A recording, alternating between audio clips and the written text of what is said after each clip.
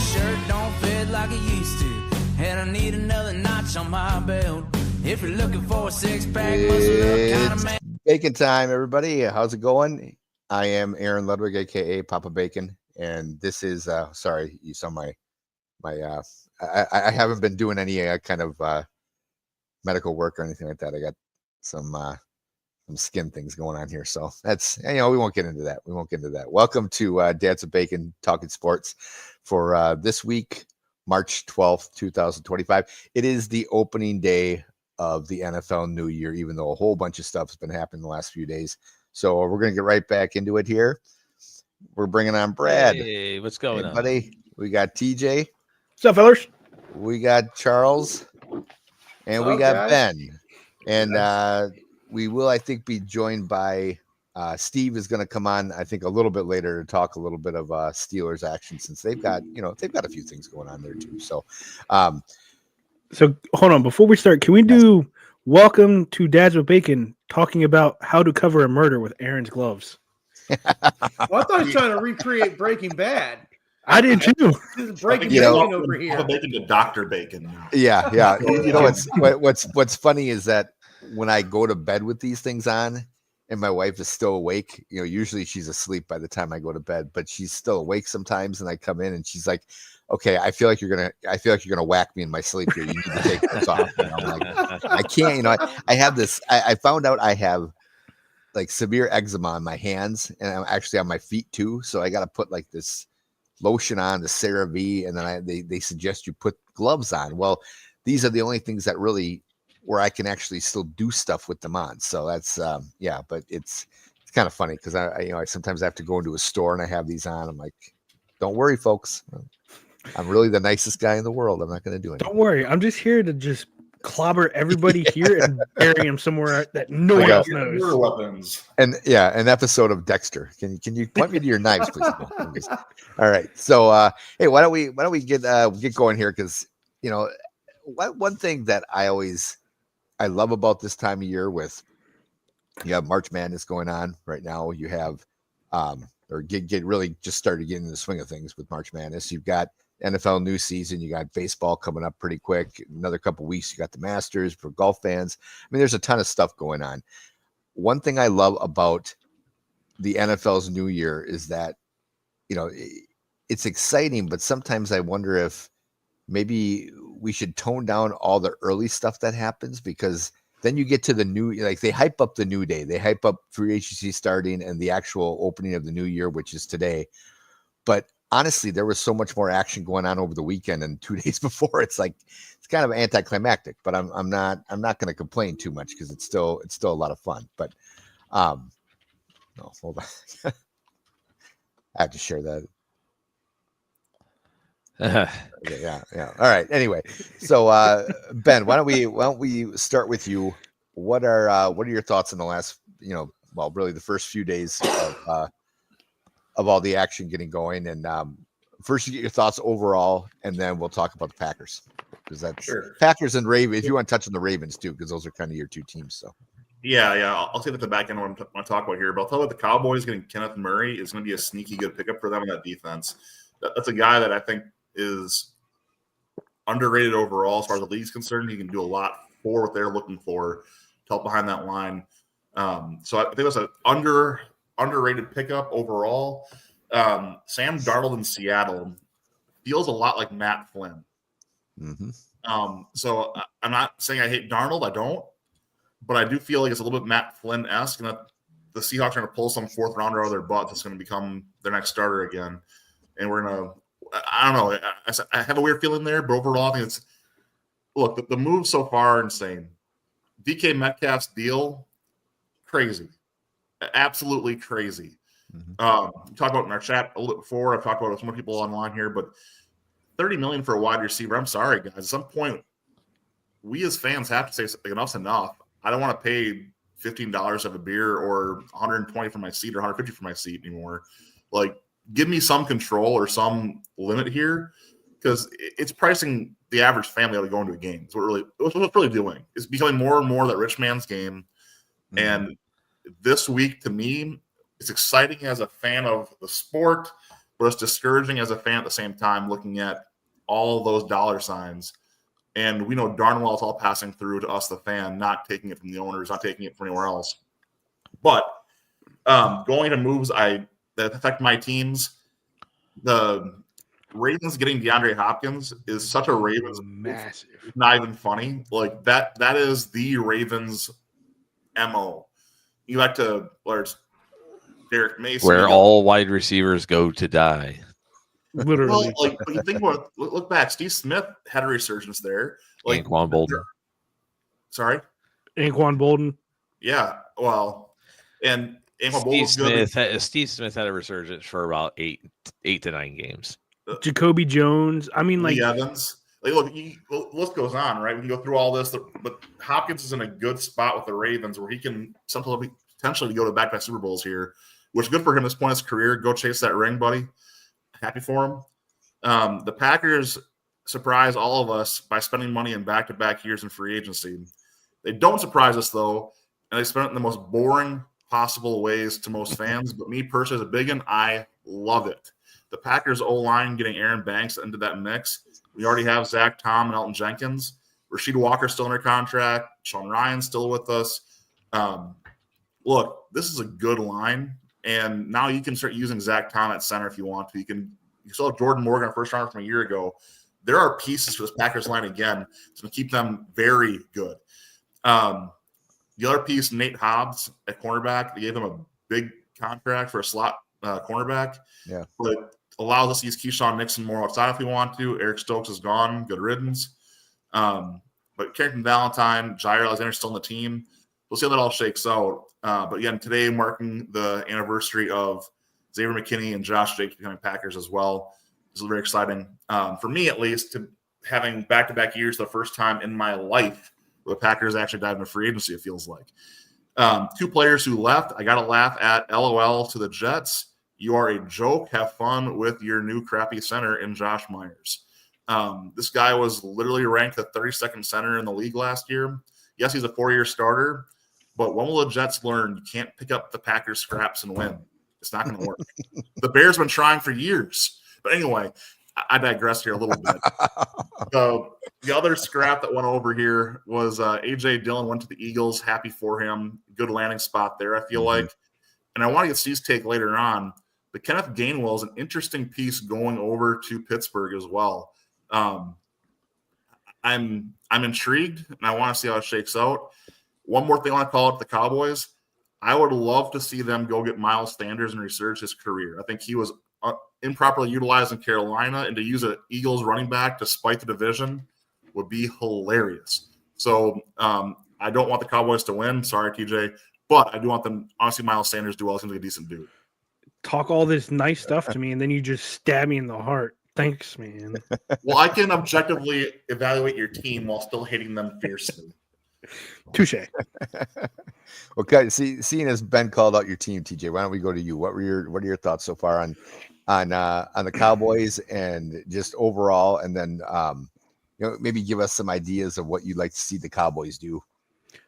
So overall, I feel like Dallas is just Dallasing now. They were kind of quiet when it was coming up to, the free agency time. They were very quiet. They were re-signing guys in and out. But the biggest one was we lost T-Law. I mean, that was one of our best defensive guys we had on that defensive line. We just re-signed Odigizuna. I was kind of happy about that one. He's a solid interior defensive lineman. We just re-signed our punter. I don't know why. He was terrible. Who else did we get? We re-signed Kevontae Turpin. I think that's probably one of our best signings we've had this year. He's a solid receiver, kick returner at most. He's known for us. Brock Hoffman signed a 1-year extension, which was I like that because Brock Hoffman, since Zach Martin's gone, that's the new leader of that offensive line. I think Dallas is going to be typical Dallas Cowboys. They're going to flaunt all this money. They're going to kind of talk to other players who they want. They're going to put out, hey, we're talking to this guy, but they're not going to put forth that money. The biggest one that I'm waiting for is Stephon Diggs has been there 3 times in the past, like maybe 2.5 weeks, and nothing's been done. You don't want that smoke, dude. You don't want that smoke. No, you I could don't. care less. I don't want the diva. smoke. I don't want the smoke, but honestly, at this point, if he's a diva, he fits in perfectly with all the divas down in Dallas. He would fight. I'm going to stop you for 1 second here. You guys picked up a few former first-round picks I want to talk about because I think this defense is reshaping in front of our eyes. Yes. Peyton Turner, Solomon Thomas, Kyrie Elam are all former first-round picks. The Cowboys picked all of them up.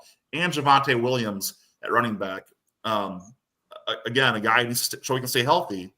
But those are not slouches. Oh, and by the way, Robert Jones, for good measure, 17-game starter for the Dolphins last year, helped that O-line out.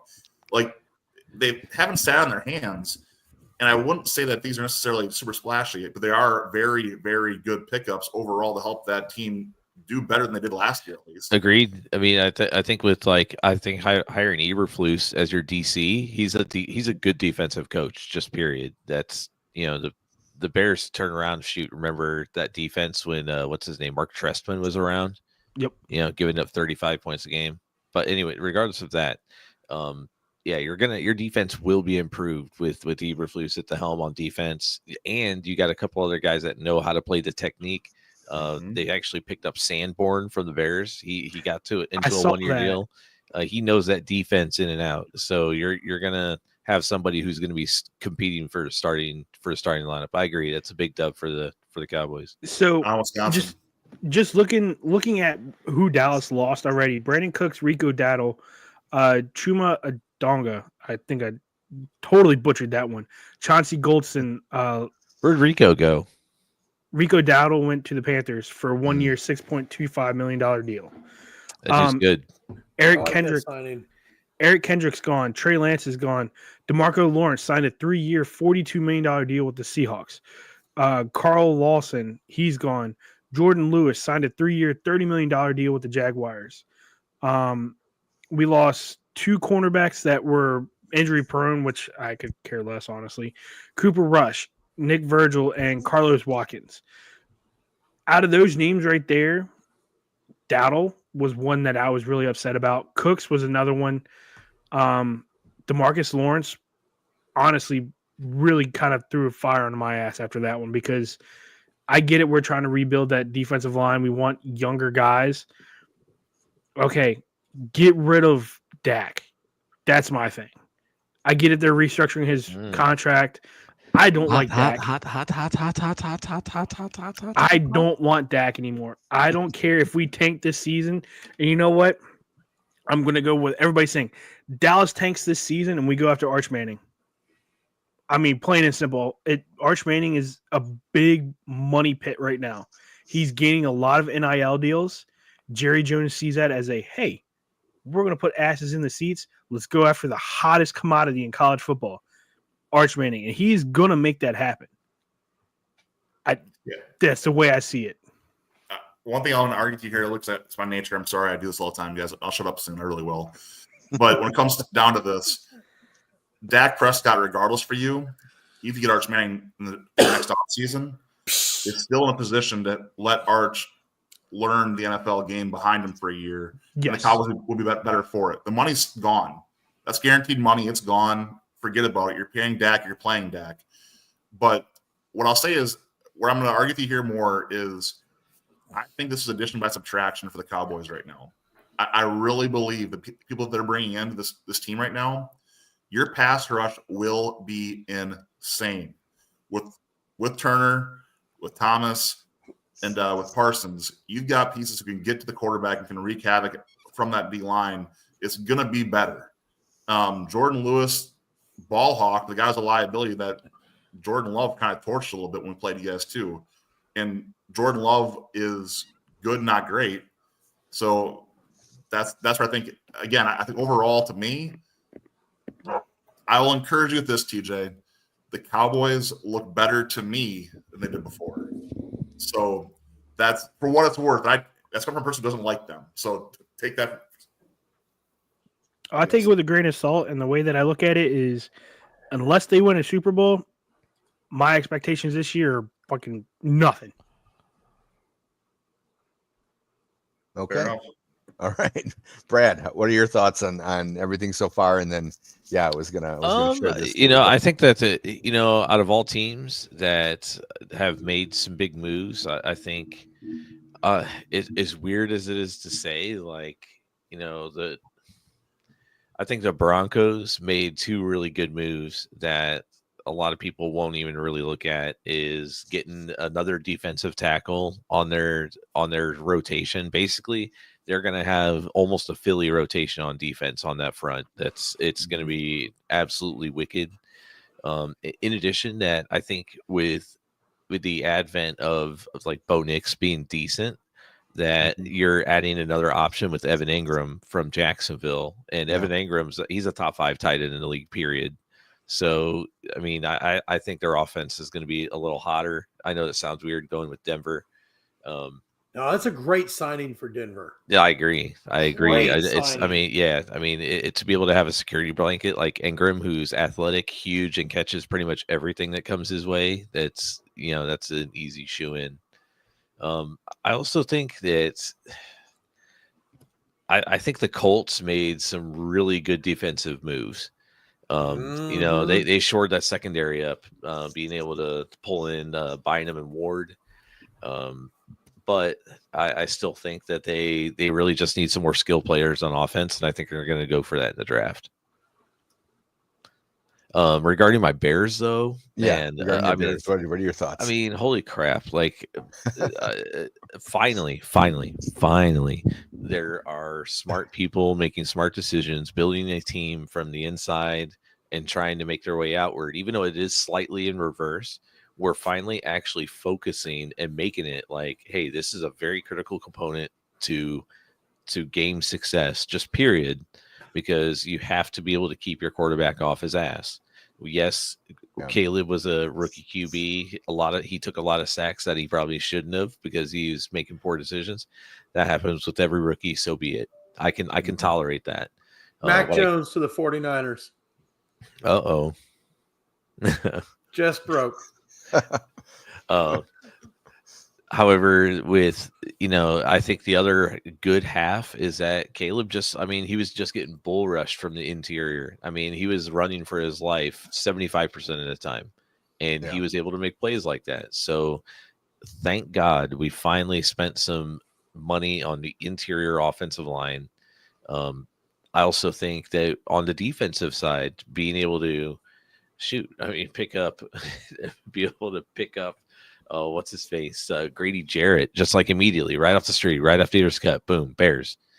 I also think that, and you tell me about this, Mr. Ninja. We got Adi Bingo, is that right? Adi Bingo. Yeah. Adi Yingbo. That's who it is. Yeah. Adi Yingbo. So again, I watched some Colts games because my wife is a fan, but I really don't know him as a player. So tell me about him. He's good. He's serviceable. He's not what I would call a stud necessarily for a defensive end. But I mean, you're getting a guy that's top half of the league. Okay, he's serviceable. Felt like an overpay to me, but that's what I'm like. That's kind of what I'm thinking. Like, nobody's going to rank him top 10 or anything like that. Yeah, because I mean they're giving him $15 a year, which is that's pretty decent money for an edge rusher. Yeah. So they must they must see something in him that and again, usually the Bears, when it comes to hiring defensive talent and bringing them in as a free agent, generally the Bears are right when they make those decisions. Bear down.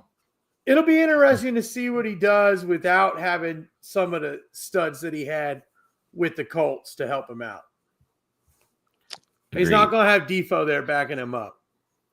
No, but I mean, I think the Bears defense is better.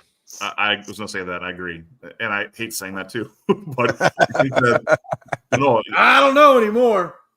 Look, I mean, we've literally lost nobody and upgraded our entire half of our defensive front. It's If The the linebackers Colts last had year for the defensive Bears holes, they impressed just filled them tremendously. though. Okay.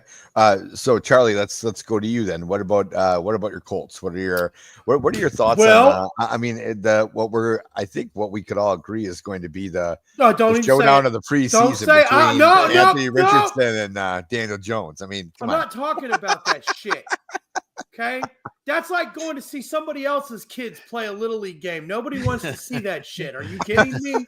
The competition where nobody wins. But Chris Ballard finally woke up from his 3-year coma in free agency and got the sleep out of his eyes just enough to see where some of our holes were, glaring holes at safety and cornerback. And I am very excited about Charvarius Ward coming in. A lot of this I know has to do with he wanted to get out of California because of what happened in his personal life. And I hate that for him, but I really have high hopes as far as him. I mean, this is a guy who's played cornerback in 3 different Super Bowls. It is top 10 in passes defended in the playoffs since the start of the 2000s. Also Cam Bynum, bringing him over as a safety to help Kenny Moore. I'm very, very excited about that. I mean, these were glaring holes in the Colts defense. And finally, because they should have been addressed the last 2 years in free agency, finally, Chris Ballard got off of his ass and did something about it instead of just trying to draft at those positions. So I'm excited. I know you guys have seen, being a former Vikings, that you guys have seen Bynum a little bit more. Oh, I'm glad to see Bynum lead the division. But, Hell yeah. Yeah, but I know that he's pretty good. And then, I really hate, on the flip side of that with Minnesota, they did take half of our offensive line. And I'm a bit sad about that, especially given our new quarterback situation that we're in now. We lost, Ryan Kelly, losing him. And I'm very, very sad about, we kept French, but we let Fries go to Minnesota. And now I will never see French fries on the line again together. That makes me sad. I'm not sure, what exactly the plan is at center. I mean, I guess, that French, they may be the center. We do have that cat from Wisconsin that we drafted last year. What is it, Bertoli? So, we'll see what the plan is there. They did re-sign Danny Penner. He's more of a guard than a center, but he's stepped in and played center because, Kelly, the last couple of years is, between the birth of his kids and injuries and stuff, missed some games. So we'll see what goes on there. It's kind of hard to watch. We went from, a few years ago having one of the best offensive lines in football to now a whole bunch of question marks. But yeah, Daniel freaking Jones, Danny Dimes. Oh my God. We got him for pennies though. So, what's $15 million for a quarterback these days is pretty much, nothing. But to bring this guy in, this is the guy you're going to have AR compete against to get. This is who you got to beat. This is, no matter who wins this quarterback competition, they're going to suck. And at first I was almost mad about it. Seeing the headlines, it's just like, you've got to be kidding me. Look, of all the things. Then I was like, well, at least it wasn't Aaron fucking Rodgers. At least we didn't pull in a quarterback that should be retiring, because that's what we've done for the last 3-4 seasons with Phillip Rivers and Matty Ice. And, Flacco wasn't really that terrible, but still should be retiring quarterback. So at least, switched it up a little bit. Now we just go with should not be playing quarterbacks. And then I slept on it a little bit. And I thought to myself, no, this is the plan, because despite where Ben wants this man to go, Arch Manning will be the Colts' next franchise quarterback. And you can't get him if you're any good.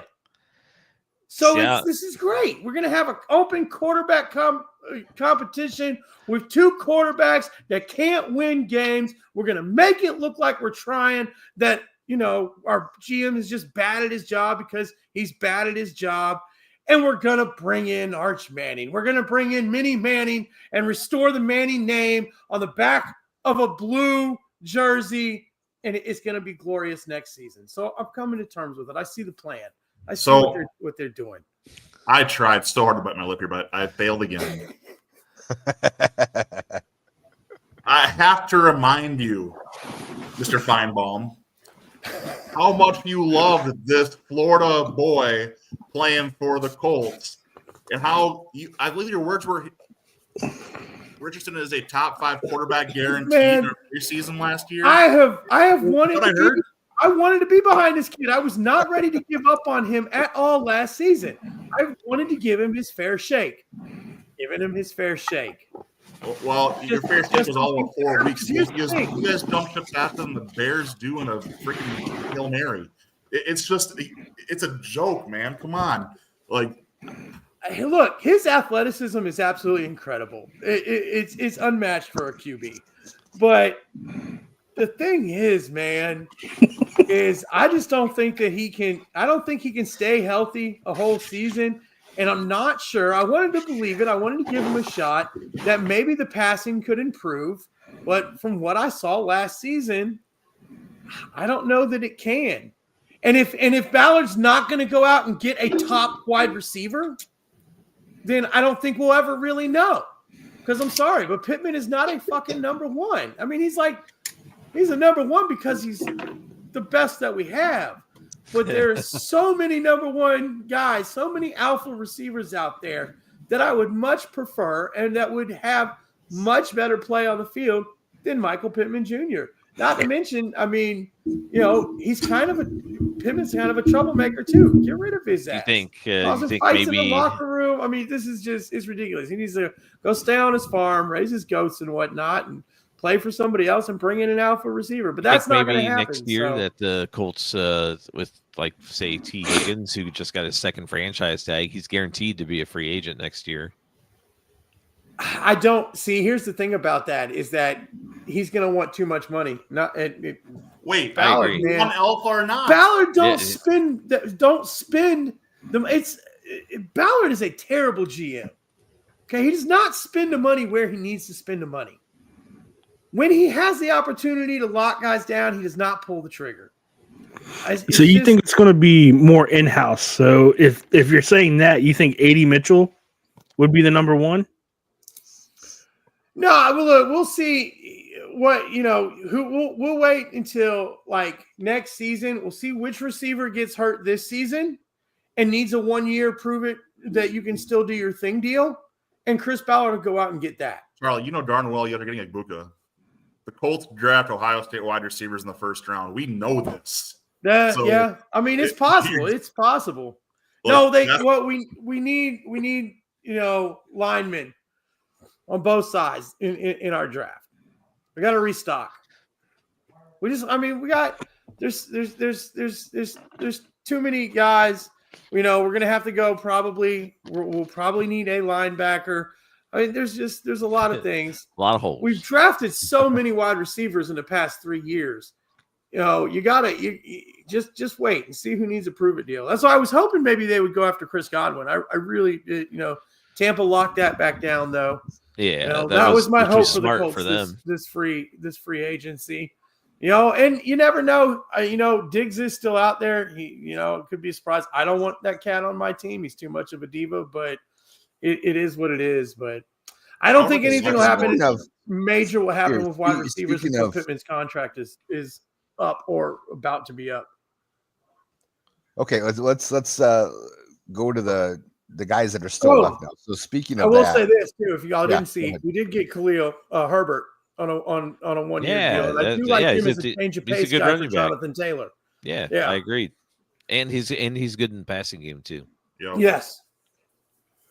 Okay, so let's talk now about some guys that you think might be good guys that are left, You know, and I mean, I have it up here. I'm not going to go through every single one of them, but I mean, quarterback, the notable ones, I would say, Mac Jones obviously is off the table because as Charles just announced, signed with the Niners. Niners. Yep. So I mean, really, the notable ones you got Rodgers, Wilson, and Winston. And then, like I said, I'm not going to go through every single one of them, but you know, wide receivers, Stephon Diggs, Cooper Kupp are a couple. Mike Williams just signed with the Chargers. Okay. So then, yeah. So why don't we start with who just hopped in? Oh, Troy here. Okay, we'll bring Troy on here because he just fresh off of Little League practice. Well, no, I mean that was a little bit earlier, but you know it's a little bit okay, hectic getting home and then getting everything back in order. You know. So. Are your fields okay? I mean, are you outside or are you inside? Yeah, no, we're outside. Yeah, it's actually been beautiful here this week. So yeah, so same. We've been like mid high 70s. I was gonna say we have been too. We've been like between 80 today. mid 40s to mid 60s, but everything is all like muddy and crappy. And we actually had a really nice week. Yesterday it was up to like 74 here. Holy crap! Yeah, and then today it wasn't quite as warm. It was only like 58, but warm enough to get out there and play. So yep.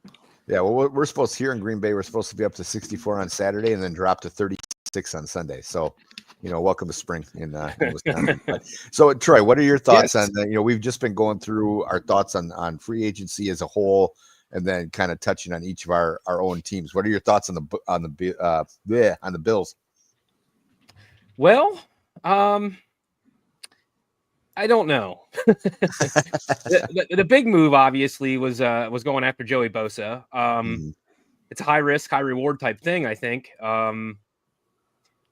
He's been so injury prone the last few years. But when he's right, he's great. And I think a 1-year deal was the way to go there. You know, you're not committing too much. And I also think with his age being, I think 30, if I'm not mistaken, it's the perfect opportunity for him to have a good year and get that one last big contract.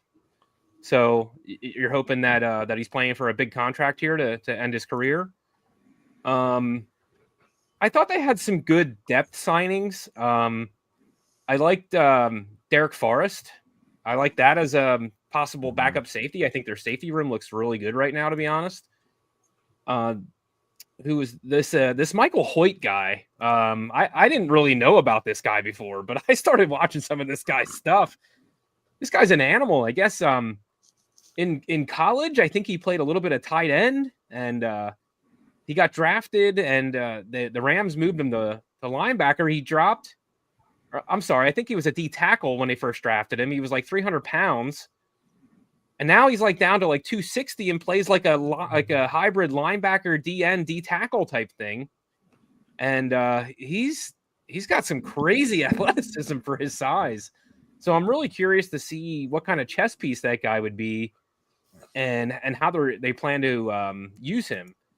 And I did like the Josh Palmer pickup. That was actually the receiver I was hoping they would target, and that's who they went after. He had a very high separation rate against man coverage, and that seems to be the way that teams have been attacking the Bills the last 2 years, has been with man coverage. So I think he's going to be a really good man beater for him. And he's got he's always been behind somebody in the Chargers, and I think with him having an opportunity, I think it'll be a nice. Thanks, Ben. Way to throw me off my game there.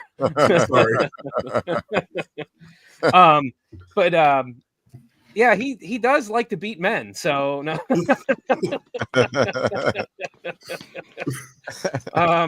Your league is behind him. Well, if they get behind him, it's not good. No. So. But no, I do like that move. I think it's a really good move. Larry Ogunjobi, or however the hell you say that guy's name. I think he's, if I'm not mistaken, I don't know much about him. I wish Steve was on here to tell me a little bit about him. But I think he's a clogger. I think he's just one of them guys that's in there to take a bunch of blocks up and stuff and to free other guys up off the line. So that'll be good. I like that. Between him and Daquan Jones clogging up that middle should be a good thing. trading Kaiir Elam to the Cowboys was the right move. It just didn't work out for whatever reason. My opinion, and just listening to a lot of people I follow as well, I think the Bills were totally going to target Trent McDuffie in that draft, and the Chiefs jumped up and got him, and they panicked. And they wanted to get a cornerback, and that was the only one they had rated yet that was pretty high, and they went and got him, even though he didn't fit exactly what they did. And I think they were hoping they could mold him into that, and it never happened. He's a man cornerback. He's a man-to-man cornerback, and the Bills very rarely play man-to-man, and it just was not working out. And so getting something for him at this point was good, and one of them is a 5th-round pick. I think they have 3, possibly 4 5th-rounders now this year. So I don't think they're going to use them picks. They're using that to move up to get somebody. They're going to move. They're going to move in this draft, and I wouldn't be surprised if they try to move up in the 1st round and go after somebody like Kenneth Grant. I think that's who they like.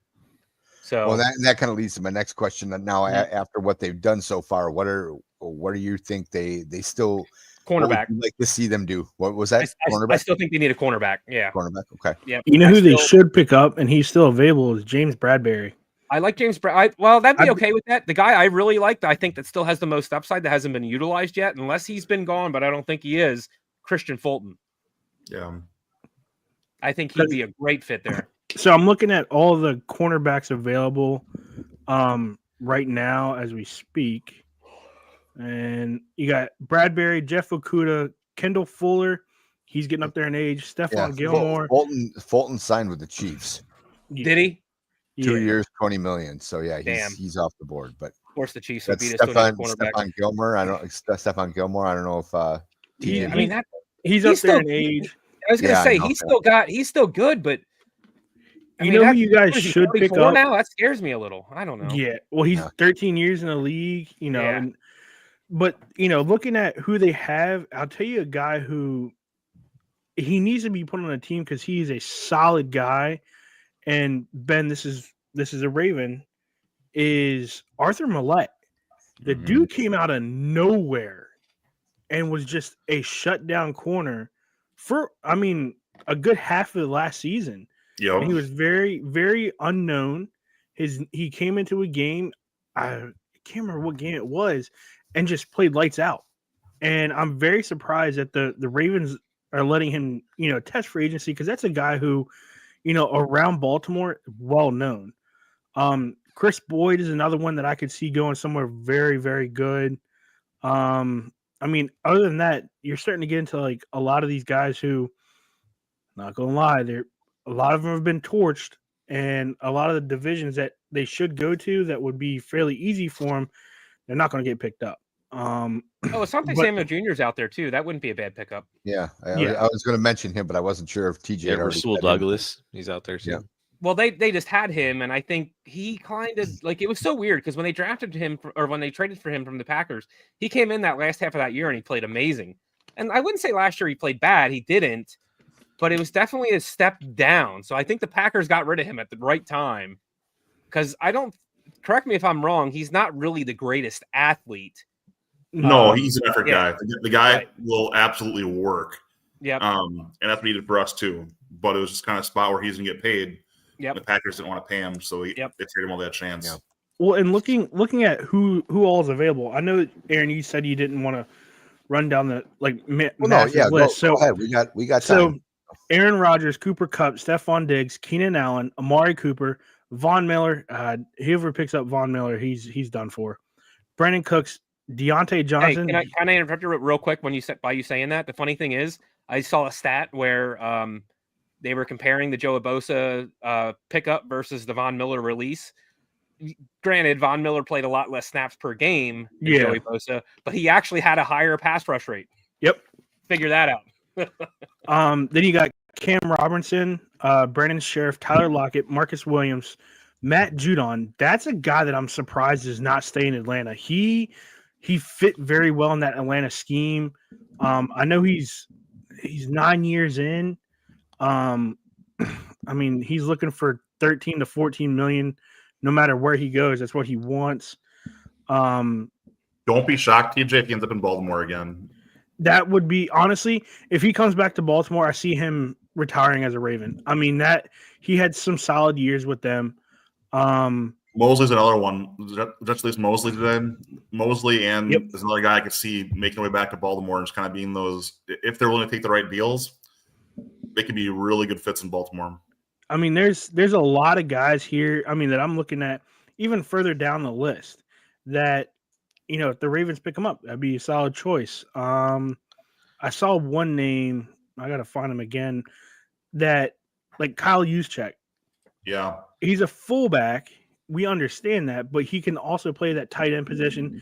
I mean, there's a lot. Devin Duvernay. That's like anybody who needs a special team, pick him up. Seriously, like that's a guy that I think would do very well. Brandon Graham, he might retire. Jamal Williams, KJ Osborne from Washington, he had a great season coming down to the end of it. When they were like triple teaming. Osborne's mid, but I'm gonna tell you right now, like, he's got some ability, but he's a good 4, a bad 3. Yeah, and that's part of your problem with a guy like that. That's really where you have your young guys playing. By the way, you mentioned Juszczyk. I want there are 2 teams for Juszczyk that makes sense to me: the Steelers and the Jaguars are 2 teams that I think would make a lot of sense for a guy like Kyle Juszczyk to go into. It's again, you see the Ravens still use a fullback every time Ricard. You've got some different teams that kind of go that way. Don't be shocked if the Steelers, the Jags make that move. Well, and you know, I know Charles, you were talking about linemen. Dude, there are 2 perfectly good linemen that are available right now. Do I think they're going to be picked up now? No, everybody's going to wait for the draft. The draft has a lot of good offensive linemen coming out. It does, but a lot. Brandon Sheriff and Cam Robertson. I wouldn't mind Cam Robertson. I really wouldn't. For the right price. Yes. I just want to say to you, I'm surprised that the 49ers released Juszczyk. I was going to say the same thing. They have used him. He's in like their gadget guy. They have lined him up as tight end, all kinds of things. He has been kind of a underrated but important cog in their system. And it wouldn't surprise me if when this all cycles around, maybe he re-signs with them. You know who the name that was coming to him was for him to come back to Baltimore. Because he played in Baltimore. They're not getting Ricard though. No, well they just re-signed Ricard. If you sign Ricard. Yeah. And you know that's good. I mean, Ricard's a solid blocker. I mean, wherever they put him. Let me ask you this, because I don't really follow the West Coast teams too much. For some reason, I see Juszczyk and I think Jim Harbaugh right away. Yeah. Did the Chargers have a solid? Did the Chargers have a solid fullback? I don't know. The Chargers don't have a run game at all. Yeah. Well, I thought they did. I thought they did. They just picked up Najee. They just picked up Najee. Oh Harris. yeah, they did get Najee Harris. That's right. They signed Najee. Yeah. That could be a good play for him there. Yeah, I don't know why. By the way, St. Juice kind of coach that could use him in those creative ways too. What'd you say, Ben? St. Juice went to the Chargers. Yeah. St. Juice. Look, the Chargers have had a sneaky good free agency already. If you look what they've done, they overachieved last year to begin with. They've made this roster. Yes. They've done a lot with this offseason as well. For the Chargers, to me, feel like one of the more improved teams overall at this point in free agency in the offseason. Like they got to work. To your point on fullbacks for them, man, they barely have anything in their roster right now. They have Kamani Vidal, who's a good running back prospect, Najee Harris, Justin Herbert, Lad McConkey, Darius Davis, and Will Dissly as their position players listed in their offense, and that's it on their depth chart right now. That's on their website. So look, there's a lot of holes they're going to try and fill there. They brought back Mike Williams. Lockett there. Well, Tyler Lockett, Mike Williams is back. So Mike Williams is back in LA. Yeah. That's a good pickup for them. I think there's a lot of really cool pieces happening for the Chargers right now. To your point, TJ, there's enough talent out there. If they keep doing what they're doing, they can make a really nice – sorry, I forgot Brandon Rice and Quentin Johnson. My bad, guys. But the point is, there's a lot of pieces here. Go TCU, Horned Frogs. Anyway, no, look, he runs like the a Chargers have some good things going for him. But back to what you're saying, is Mekhi Becton signed yet? I don't think I saw him go anywhere yet. No, Nope, not still- yet. He's still a free agent. Can we That's rewind real quick? Even Tevin Jenkins hasn't been signed anywhere yet either. Can You know, we he's rewind he's for a decent second? starting guard. Can we I rewind want for a your second honest about opinion 2 of that. teams ago? Is that here? I just want to bring something up real quick, and I thought this was Yeah. interesting. They released Kyle Juszczyk, traded Deebo Samuel. Are the Niners in a rebuild, or what's going on there? Do you think Ayuk could still get traded? That's a But great. they've gutted their team. I don't see Fuck, why John. you couldn't get traded. I mean, but here's the funny part about that is they're getting ready to pony up all this money for Purdy. I'm assuming they're going to. And Well, I don't know. They just brought in what- competition. you know, Well, I what- keep hearing like 50, 55. I mean, I mean, Mac Jones is on his way, folks. yeah, 2 yeah. years for $7 million, I think is what it said. Well, and For Matt something- Jones. What? something that's very ironic, and it was something that was brought up today on the sports talk radio here in Baltimore. When Lamar won his first MVP, it was him, Derrick Henry, and DeAndre Hopkins were the top 3. And he said that would be a scary trio to have in Baltimore. They get DeAndre Hopkins. Now, DeAndre Hopkins is old. He's a vet. Ben, I agree with you. The Ravens do this a lot. They bring in some old, I don't want to say old. They bring in a vet, a well-seasoned vet. They bring him in, and he may have a resurgence. I think last year showed us DeAndre still has something left in the tank. Now, it's a 1-year deal. Knowing EDC, if he can perform, he may sign him to a 2-year next year. If he's underwhelming, they're going to let him go. And I stand by what I said earlier this year. He will go back to Houston and retire a Texan. Yeah. I can see that. You got to think D-Hop there is just there to be a safety net. He doesn't have much after the catch anymore. He just doesn't. But he has got some reliable hands. And that's what they you need, got to though, right? think with how their season ended. I mean, to me, it's like this is the guy they're bringing in as a safety net, kind of. I don't want to say replace Mark Andrews as that. He's going to get the ball, kind of a guy, but he may not get much after it. But I feel like that's what they're doing. Are you saying DeAndre Hopkins is basically a tight end? Are we in the Jordy Nelson treatment here? Look. I mean, look. He's older. He doesn't. I think he's shown over the last 2 seasons he doesn't have that yak anymore.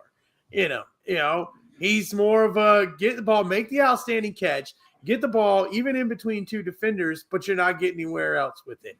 You're throwing the ball to him 10 yards out to get the first down. I mean, that's what his role is now. I mean, he was dynamic and he was fast, but Father Time waits for no man, and he's lost some speed. But the point is, he doesn't need get it speed. anymore. They Do have what? speed. These Ravens don't need more speed. They have speed. Yeah, That no, I part's- agree. So this is where I think it's a good piece for them to have. Oh, I think it is That too. guy who can catch the ball. We saw it. Last year, Isaiah Likely took huge steps forward. Charlie Kohler showed up well when he played. The Ravens are stacked at those big dudes So having But they a have fourth tight someone end would be who go- great. who can go outside and can really post up most of the corners in the league and go get the ball. That gives Lamar an actual stationary check down, because Andrews and Likely are too athletic to be sitting there in one spot. They are moving, but you can pretty much let Hopkins do a quick out, do a button hook, you do those shorter routes. He's going to be to that give safety him- net. So that's what I'm saying. I actually agree with you. Oh, He's not a tight end. I'm confused. You never agree. I don't know what you agreeing with me sounds like. See, and I think the best part about the Ravens picking up Hopkins, they also picked up Laramie Tunsil. And that's a solid spot Yeah. to protect Lamar Jackson's blind side. That gives him more time in the pocket. Do I think he's going to need it? No, because if he doesn't see a check down he likes, he's gone. He's 10 yards up the field. Wait.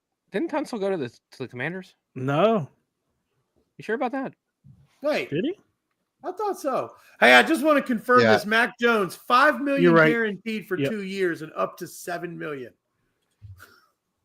Tunsil went to DC. I'm sorry. Pennies. That's I my bad. thought so. I thought so. Did he What's your make point, more though, coming out Cowboys of the was- draft? He might have. Dude, yeah. Well, I mean, isn't that what basic backup QBs go for though? Honestly, like I don't know. I don't know. The Colts Yeah, paid you're $15 right. million for theirs. They It's, sure did. yeah. If he's the It's what backup. Mac Jones should go for. But okay, guys, let's. I have one question here to wrap up football, and then maybe I thought we'd go on talk a little bit of hockey since hockey playoffs are going to be coming up here pretty soon and everything. Wanted to get your take on that stuff, but the one free agent that I'm sure half of you don't give a shit about because you want to see him retire, but I want your opinions. Where is Aaron Rodgers going? Let's just do. We don't have to make this a half-hour discussion, but let's just kind of go around the Giants. horn. To we'll start with you, Ben. What are your thoughts? To me, I'm going to say this, and then I'll let you guys answer. The continuous talk that the Giants are still, like in the picture, a possibility for him to go to doesn't make sense to me. I mean, unless he's just chasing the money, and he could be, but I don't really see Aaron Rodgers doing that. So to me, like the two leading candidates are the Steelers and the Vikings, and the fact that the Vikings. I was listening to one of the talk shows here in Green Bay on the way home from work, and they were talking to a guy, and I want to say his name was well, I don't remember. I don't want to butcher his name, but he covers he's a beat reporter for the Vikings, and they asked him about it, and he said, what's shocking is that we haven't heard a definitive no or anything from the front office. Like none of the people that we know that work for the Vikings have said absolutely not, we're not interested in him. So he's like that, he basically was like, well, I think he was thinking maybe a 10% chance or 20%, not a great chance, but just the fact that they're open to it means that, I mean, they want to bring someone in there, obviously, since they don't have Darnold. They want to bring someone in there just to kind of work with McCarthy, and especially with him coming off his surgery. But anyway, that's okay. Ben, why don't we start with you? What do you think is AR 8/12 going? So my main question, I'm going to answer with the question here a little bit, is look at who's potentially drafting a quarterback this year. Because if you're bringing in Rodgers, you bring him in to be a stopgap for your next guy. Looking at the draft order, the Giants make the most sense as far as what he can get. Now, the Steelers are another one that could make sense, but keep in mind the Steelers right now are drafting the 21st position. Like, that is definite developmental quarterback territory for a first-round quarterback. So both those teams make sense in that regard. I think that Rodgers is more about his own ego and getting his numbers up. So if he thinks he can go somewhere and put up numbers, he'll go there, win or lose. That's not going to matter to him. He wants the chance to show that he can still play, go on his terms. That's what he's looking for. And it's as if on cue, I think Stevie's Steelers are going to be the better candidate. If he wants to win, we'll see it right away. He'll go to the Steelers. If he wants to prove himself, the Giants, maybe the Vikings make sense. Brad, I what are your apologize for not having a picture, folks. I am in the panic room. My daughter is not going to bed tonight, so I have had to hide in a small space in my house. But the Aaron Rodgers news is just too spicy to miss this week. The latest news for everyone who's not in Pittsburgh is that Aaron Rodgers has reached out to a Pittsburgh-based clothing supplier and asked for some merchandise. Nice. Whoop-de Okay. freaking do. He does that everywhere. Sorry, I appreciate that's it, Steve. literally was the breaking I headline right before I jumped on here with you guys. Yeah. Tough news. I'm just though. saying, Steve, I appreciate what you brought to the table here. Screw these guys. You're awesome. Rodgers is a joke. But anyway, Well, Steve, since you're on here and we don't know how much longer you'll last in the panic room, Yeah. What are your thoughts on what the Steelers have done so far this year or this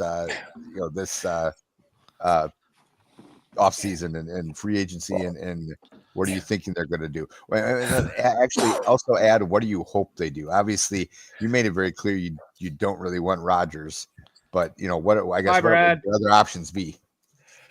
What other Brad. options?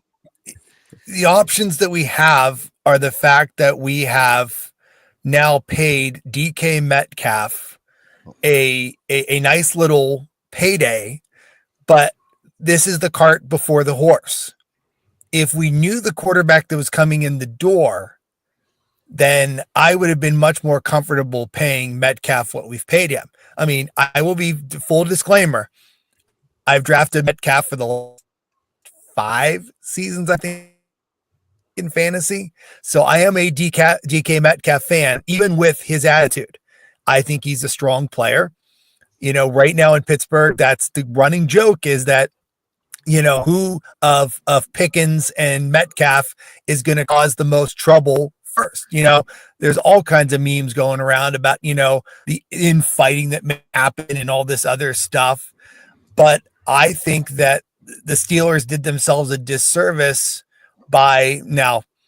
Omar Khan, the general manager, is known. He's the con artist. Like he finds things and pulls them out of nowhere and makes things happen. But his vision about a quarterback has been very nearsighted. Ever since Ben Roethlisberger left, they've never been able to get that quarterback room straight. It's a revolving door. Everybody in Pittsburgh makes fun of the Cleveland Browns for the number of quarterbacks they've gone through since they got back to Cleveland.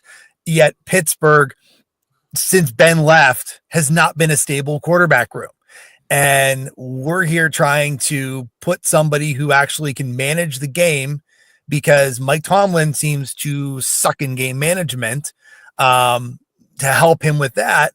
And like, if Russell Wilson is going out and looking and shopping with other teams, like if Russell Wilson was serious about Pittsburgh, they would have gotten a deal done already. The fact that we are here at the end of night 1 of the open period, if you want to call it that, and the Steelers have no clear, like, this is the guy quarterback. I'm just feeling like I did last year when one shoe dropped and Russell Wilson showed up and the other shoe dropped and here's Justin Fields. It just doesn't make sense. Darius Slay coming in for a $10 million guaranteed 1-year deal. Wonderful move. I think he's going to be a great compliment for the defense.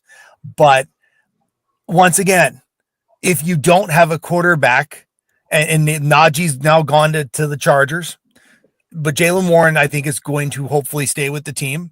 And I think he'll be a competent running back. I think he's proven himself. He was more of a feature back, when Najee had the majority of the load. But I will say I thought he should have been the starter over Najee. Then that's where a lot of people in Pittsburgh are saying that right now, is that, Najee was good for some certain reasons. He could find holes, but Jaylen Warren was the dependable grinding back that you could put in there, and you knew you were just going to get someone who showed up and ran the ball and didn't complain and didn't. So, where we are right now, as I said, when the breaking news headline and the latest breaking news headline is Pittsburgh, is that Aaron Rodgers has reached out to a Pittsburgh clothing company asking for merchandise. I mean, that's the breaking news in Steelers world right now, which is just absolutely insane. What do I hope they do? I hope they figure something out. If it's a trade with another team, if it's something that solidifies that room, because right now there's nobody that I have faith in. I mean, if Russell Wilson comes back, yes, he has a relationship with Metcalf. He knows Metcalf, but he did not show me anything last year that would justify the payday that he is probably going to be asking for. That's why they got rid of him in Denver. And he's hit a point in his career where he's just not performing like the Russell Wilson of Seattle. I think they made a mistake letting Fields walk to the Jets. I think they should have given him a reasonable offer to stay. I think Fields could have matured and could have done well. I think he did well under Arthur Smith's system. And I think letting him walk was a bad decision. So at this point, competency in the quarterback room and stability in the quarterback room is number 1, 2, 3, 4, 5, 6, 7, 8, 9, and 10 right now. I think they can find the other pieces that they need. They need to, I think, shore up the offensive line. But right now, find me a quarterback that I don't sit there when we're going into training camp and I'm nervous as heck about what's going to happen. So that's where I am. And let me say one other thing so I'm going to probably have to jump off here in a second. Sorry for the short visit, guys. Want to send my condolences out. We lost a big member of the Steelers family this week, the radio color guy. Craig Wolfley passed away unexpectedly. I guess he had been battling a short illness. But Wolf was a voice that I love listening to. He kind of slipped in and set into the role after Myron Cope. It was Tunch Ilkin, and Tunch unfortunately got ALS. And then Craig slid in and kind of took over full time as Tunch's condition worsened. Eventually he passed away. So there's going to be a big hole when we listen to games on the radio this fall. And I just wanted to pass that along. But here's hoping next time we get together, I'll be in a more solidified space, kind of redoing my podcast area. And the Steelers will have an answer at the quarterback room that is not someone I'm going to be scared to see where they throw the ball on opening day. Steve, before you go, Steve, one question for you. Yeah. Yep. Kirk, if you could take Kirk Cousins and Kyle Juszczyk, would the Steelers be take them right now? I mean, I think there is upside for almost any quarterback that would walk into that. Kirk Cousins could be a solid fit because I think what they need and what they thought they had last year and what they should still be working on is that 1-2, where you have a quarterback with experience that has knowledge and wants to teach. I mean, and everybody said that Wilson was kind of trying to be the teacher last year. I just don't know that his on-field performance was kind of saying, yeah, I'm okay with him being a teacher. I think Kirk Cousins would be a good fit in Pittsburgh. And I don't think there would be as much blowback as I think if the Aaron Rodgers shoe drops. I think there's going to be a lot of people going, why are we taking a chance on this guy that's on the 17th green heading for the 18th hole? Because that's where he basically is in his career right now. Juszczyk, I've not really heard much about, rumblings of him coming to Pittsburgh. I think quality play. That's the thing. A quality player with a quality reputation, it goes a long way in this town because people value that for players that come to this team. It's the guys that come in with the attitude problems, that come in with the ego issues, that people in this town just get turned off very quickly by them. So Juszczyk, I mean, I could see Juszczyk coming in here and fitting in very well, but I just, as I said, there's not really been anything kind of telegraphed by ownership and management as to here's where we've gone, here's where we're going. I mean, we release a guy to get Okunjobi for $7 million in cap space, things like that. And then you got Cleveland up to the north trading for our backup quarterback, who's now a Super Bowl winning backup quarterback, who was in Philadelphia for a pick in DTR. I'm sitting there going, I didn't realize that guy was worth as much as a pick in DTR. It kind of blew my mind. But he is a Super Bowl winning quarterback now. He is a Super Bowl winning quarterback, and you can never take that away from him. So he's got that. But no, I think that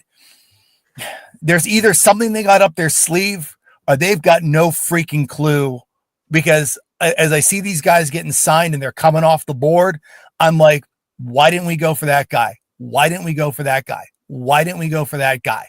So unless there's some team out there that they're on the phone with and they're going, hold on, we got to get to Wednesday. We got to let the chips settle.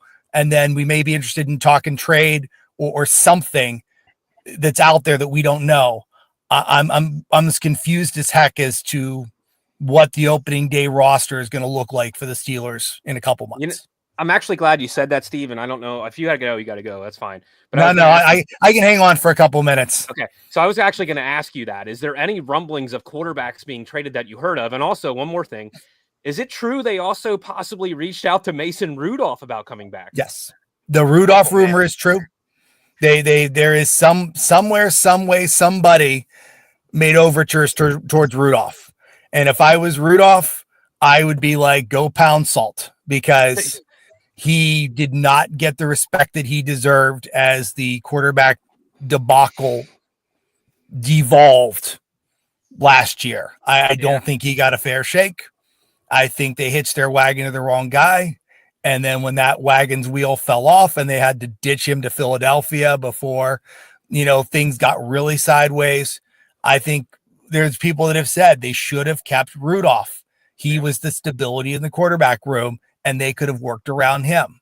But somebody got a little bit twisted, a little bit greedy, and basically took the quarterback room down to the foundation. And we got Justin Fields, who lasted 1 year. We got Russell Wilson, who looks like maybe lasting 1 year in Pittsburgh. And you can't do that. We can't have the revolving door, because that's what's going to happen if Aaron Rodgers shows up in Pittsburgh, is we're going to have another 1 to 3 year revolving door of a quarterback who's not your foundation. You're going to have a guy that shows up to keep things warm. Now, if they do the smart thing, which people are saying they may do, and spend a draft pick on a quarterback, hopefully not pulling the Kenny Pickett mistake like they did last time, and actually doing their research about who they bring into the organization, we may be fine. But there's nothing out there from anyone who's a fan or a writer or anything that is like red lights, sirens, billboards going, here's our guy and you're going to be happy that he's coming. No one is saying that, because everybody that they're throwing out there, they're like, no, not a good fit for Pittsburgh, but it's going to happen anyway. I don't know if it's true or not, but I thought I heard a rumor about a Trevor Lawrence possible trade. Was there anything that came up about Trevor Lawrence, or did you hear that? Very slightly. Everybody, I've listened to a couple different, shows in town over the last couple of days, and everybody's like, that was never going to happen. Okay. Even if, somebody threw that out there, that was a flyer. It's never going to happen. And I totally agree with them there. It's no, Trevor, no. There's people that I would say maybe Trevor Lawrence is not on even. He's on if you're looking at a dartboard, he's like throwing at the far edge of ring of the dartboard. You hit the dartboard, but you're so far out there that like it's worthless. See, I think that you guys be looking at a day two, like a Jalen Milroe or a Jackson Dart would be an appropriate pick if you do bring Rodgers in. Bring one of those guys in to sit behind him if you are going to make that move. If you're bringing a veteran in, if it's Kirk Cousins, if it's Aaron Rodgers, I think the Steelers could do well. Jackson Dart brings a more mobile aspect to the position. The guy played well at Ole Miss. He could be a decent piece for you. And I think that Jalen Milroe has shown he can win. But he's kind of a Jalen Hurts 2.0 in a lot of respects. So just it's kind of the catch-22 there on the Bama quarterback, right? But I think that as long as not Shedeur Sanders, I think you're in good shape. Yeah, I think there's a good group in this year and next year but I think that the window is closing with the fans, especially of this quarterback charade. We got spoiled with Ben. We had so many good years with Ben. And we had other people like Charlie Batch, who's a local guy who held the fort down when Ben got, we had those years. And now we're just basically we're throwing things at the wall and seeing what sticks, which is not something that fans who are loyal to the team, and with the fact that most of Pittsburgh sports right now are in an utter tailspin. By the way, congratulations to Moon Township, just outside of Pittsburgh's Robert Morris University, Horizon League champions. They're heading to the big dance. So I wanted to make sure I threw that in before I jumped off. But I think that it's just, let me leave you folks with this to mull over, and then I'll catch you next time. Sure. Yesterday, the one sports outlet put out a "Did you know?" Well, did you know that Russell Wilson and Sierra set up DK Metcalf and his girlfriend? They evolved to that as the stat. Wow. Yep. Nice. Take that one and enjoy it, gentlemen, and I will catch you next week. Later, Steve. All right. Thanks, Steve. All All right. quick, we'll go back into A-Rod talk if you want to, but the one thing I want to Right. finish up on the Steeler talk is the thing I don't understand about why would they trade? What did they trade? Like a third or fourth round pick for Fields? Was it something like that? Was it later than that even? That was later, but I'll take a look. I thought it was I think it was But later. my point is, why are you giving up draft capital? You let the guy play a half a year, and that was it. Like, Did he even make it a half year? I thought he He Well, didn't maybe even make it not. half a year. He Five went like games, I think. four Yeah. 4 games. Yeah, it was more than that. sixth-round Even pick. a half a season. 6th round pick. Okay, I think he went like 4-2 as a starter, or 5-2 as a starter, or something like that. Yeah, he was over 500 as a starter, which is why I was surprised when they took Like- him out. It was like I didn't think he was doing it. You know, you take him out to put in the guy that throws moon balls, and if it weren't for Pickens, you know, I mean, there was that I think one Sunday night game where Yep. Collinsworth was just having one The moon orgasm ball after talk, another yeah. over like, oh my gosh, he's so good. And I turned it on and I'm like, he's just throwing the ball up there, and Pickens is going up and doing all the work. I mean, what the hell? What the hell is he doing? So Well, I thought that's why they brought DK in, was to catch those moon balls. 'Cause Yeah, he's well- used to it. Like that's Russell's guy. yeah. You know, it only I- makes sense. I will say this, and Aaron, I'm with you. I'm not a Russell fan at all, but with the receivers they have on that team right now, I actually think Russ makes the most sense. To be I honest, do too. I don't think Aaron Rodgers makes sense for them because Tomlin's not the kind of coach that's going to take Aaron Rodgers' shit and let him do what Yes, he wants to do, which yes. is dictate what the team does and dictate who comes on the team. That's not Tomlin's not Yeah. a pushover. He's not a little bitch of Yeah. a coach like they had up in New York. yeah, There- he's not that's he's not- not going to they're gonna butt Africa on heads. his 2-week trip and Yeah. skipping training camp or whatever. Yeah, Like that's, that's not going to happening. be tolerated there. There's no way. It just doesn't seem like a fit at all. You go and you bring in DK, you make a trade for him, you get Russell's buddy, who he's been throwing the ball to most of his career when he's had success. I mean, it only makes sense to bring in Russell. I mean, yeah, now you have to pay him this year, but still Yeah, bring him I mean, in. yeah, you I mean, your plan is probably not to keep him for more than 2 years. You're hoping you have a succession plan, but know? at least you have something there, and you know there's already chemistry there. Like, I don't know. I think Russ makes the most sense, and I'm not a fan of Russ, but I think it makes the most sense. I agree. TJ, how about you? What are your thoughts on Rodgers and Russell and the whole quarterback drama? I mean, the way looking at it, especially being in Baltimore, no one cares about the Steelers at all. There's posters around Baltimore now that says "Death to Steelers" because they seem to be getting a lot of the defensive guys from the Ravens. But I'll tell you this: if he comes and he plays for the Steelers, I would love just to see the Ravens smack him up and down. And I hope Matt Judon does come back to the Ravens because I want to see Matt Judon just put Aaron Rodgers' head in the ground and bury it. I mean, I'm kind of over it because, you know, he had his little Netflix thing where it talks about his offseason and what he did. Cool. You're going for the fame. You're going for the clout, as the kids call it now. You're going for whatever is going, you know, for him. He needs to retire. I'm sorry. He's cooked. He is. He's cooked in multiple ways than playing football. I just think he still wants to prove that he can succeed in New York. He Right. can't He's gonna succeed go to because the Giants. I mean, and I'll say this, and this is me not. God, I'm going to regret this. It's going to taste so bad. He's not Tom Brady because Tom Brady's better than him. There's nothing he needs to prove. We get it. You've been in the league so long, but your first game as a Jet, you come out of the freaking tunnel with the American flag. You play one snap and you just rupture your Achilles. That should have just been like, okay, God Here's Almighty the time. himself told me to just hang up the damn cleats. That's what I need to do. Instead, you come back, you have a shit season, and he just needs to hang it up. I'll That's say- What did he I'll say have this. last season? What was it? What did I say the other day? A 48 was his QB rating. QBR or whatever. Yep. Yeah. Yeah. I'll be honest. I don't pay a lot of attention to those ratings anymore because so many different outlets have their own ratings, and I don't even know what the hell half of them mean at this point. So, I mean, I would like to see him play one more year to see if he'd do any better. You know, they say when you come off of those Achilles and ACL tears and things like that, it's always the second year after you come back that, you know, you kind of have a better idea of how you're going to be post injury. Yeah. At least that's what I've always heard. I'm not a doctor, but I would be interested to see him play one more year.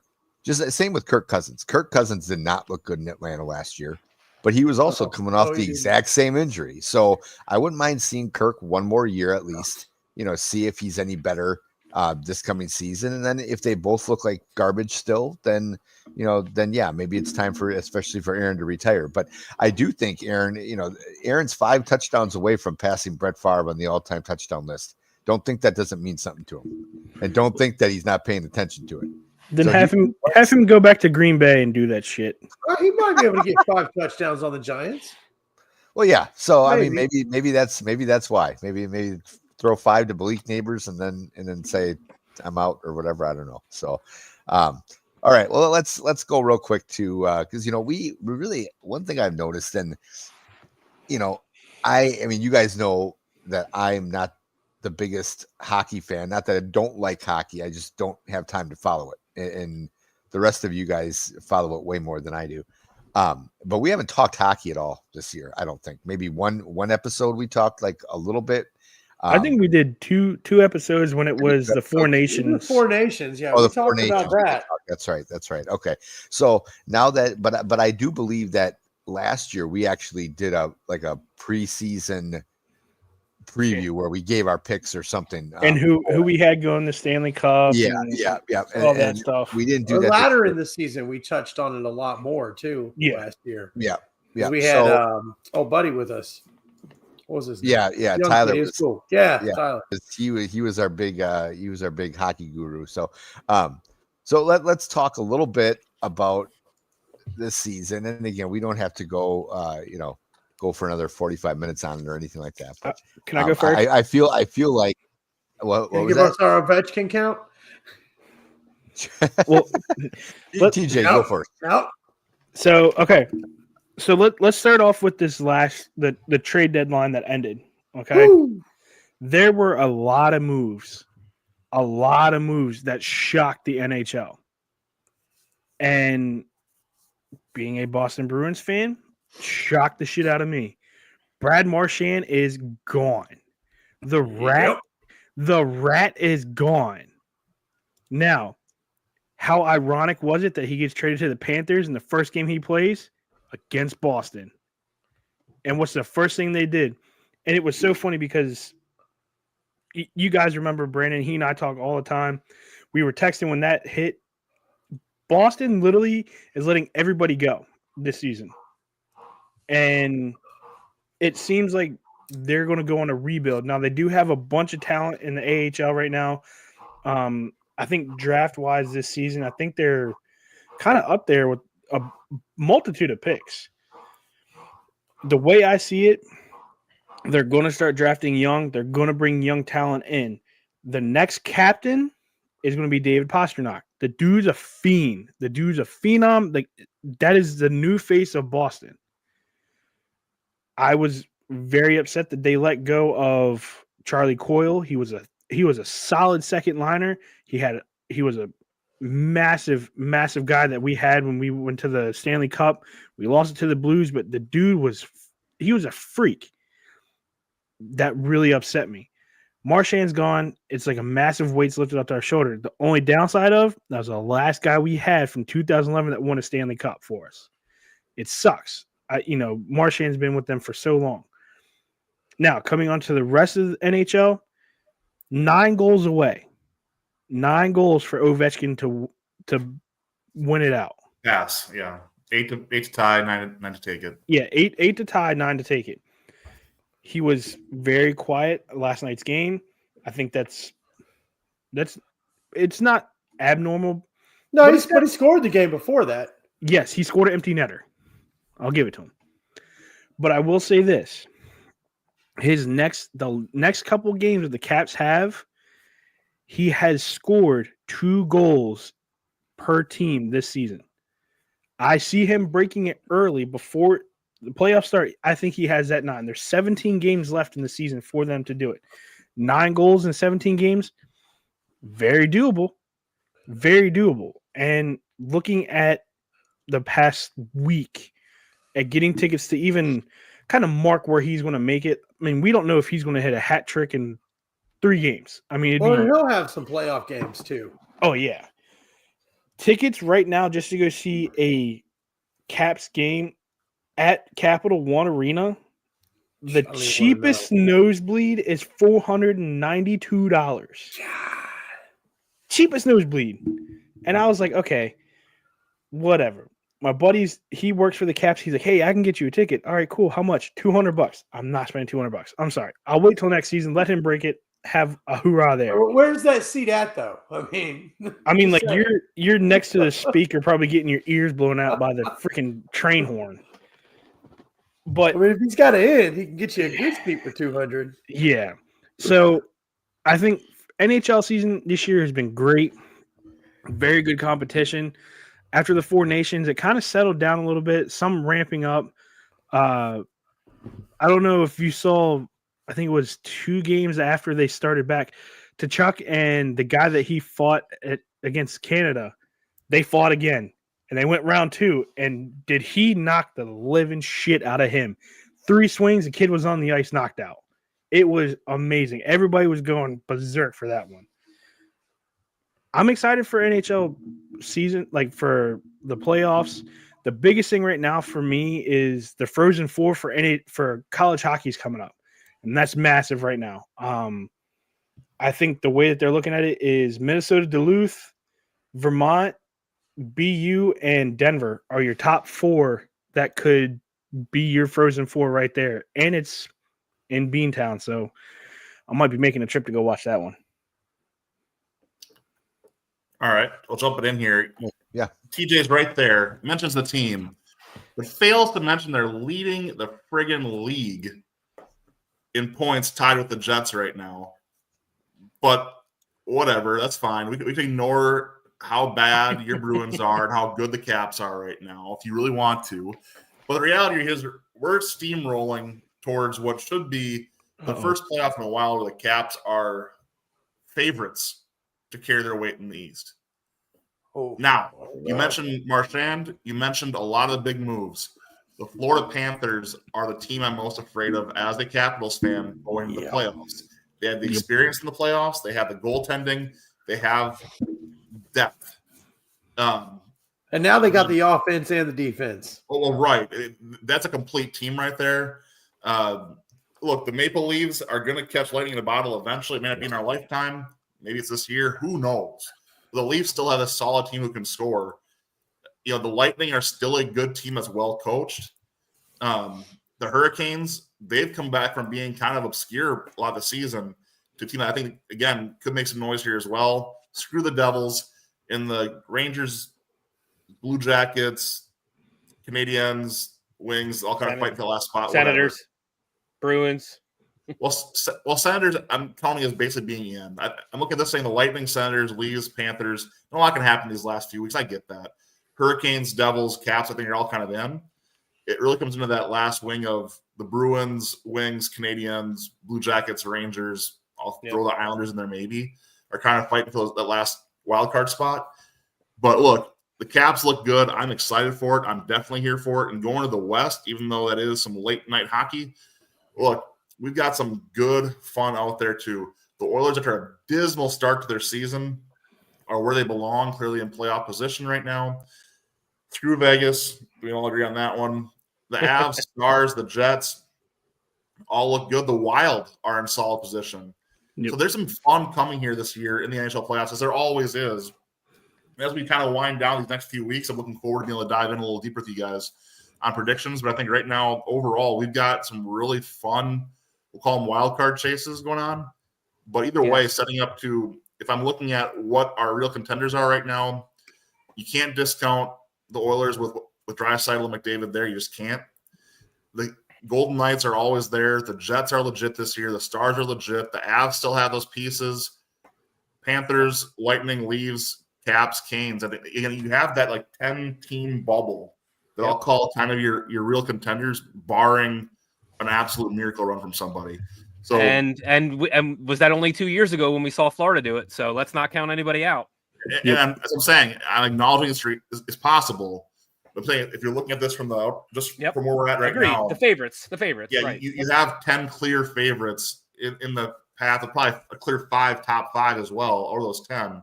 Yep. They're looking at saying, we have some really good hockey teams right now. And I'm going to toot my team's horn one more time here. The Caps are surprisingly done well with the youth movement here. And it's been fun to see those Hershey Bears come up and play with the big boys and keep winning. Troy got to enjoy them coming through the system. Now they're there. Is Ethan Frank still up there? He's going back and forth. He's still on a two-way Okay. deal. He's been, Okay. but He's so I can fast. plug his That up and guy's down. freaking fast, man.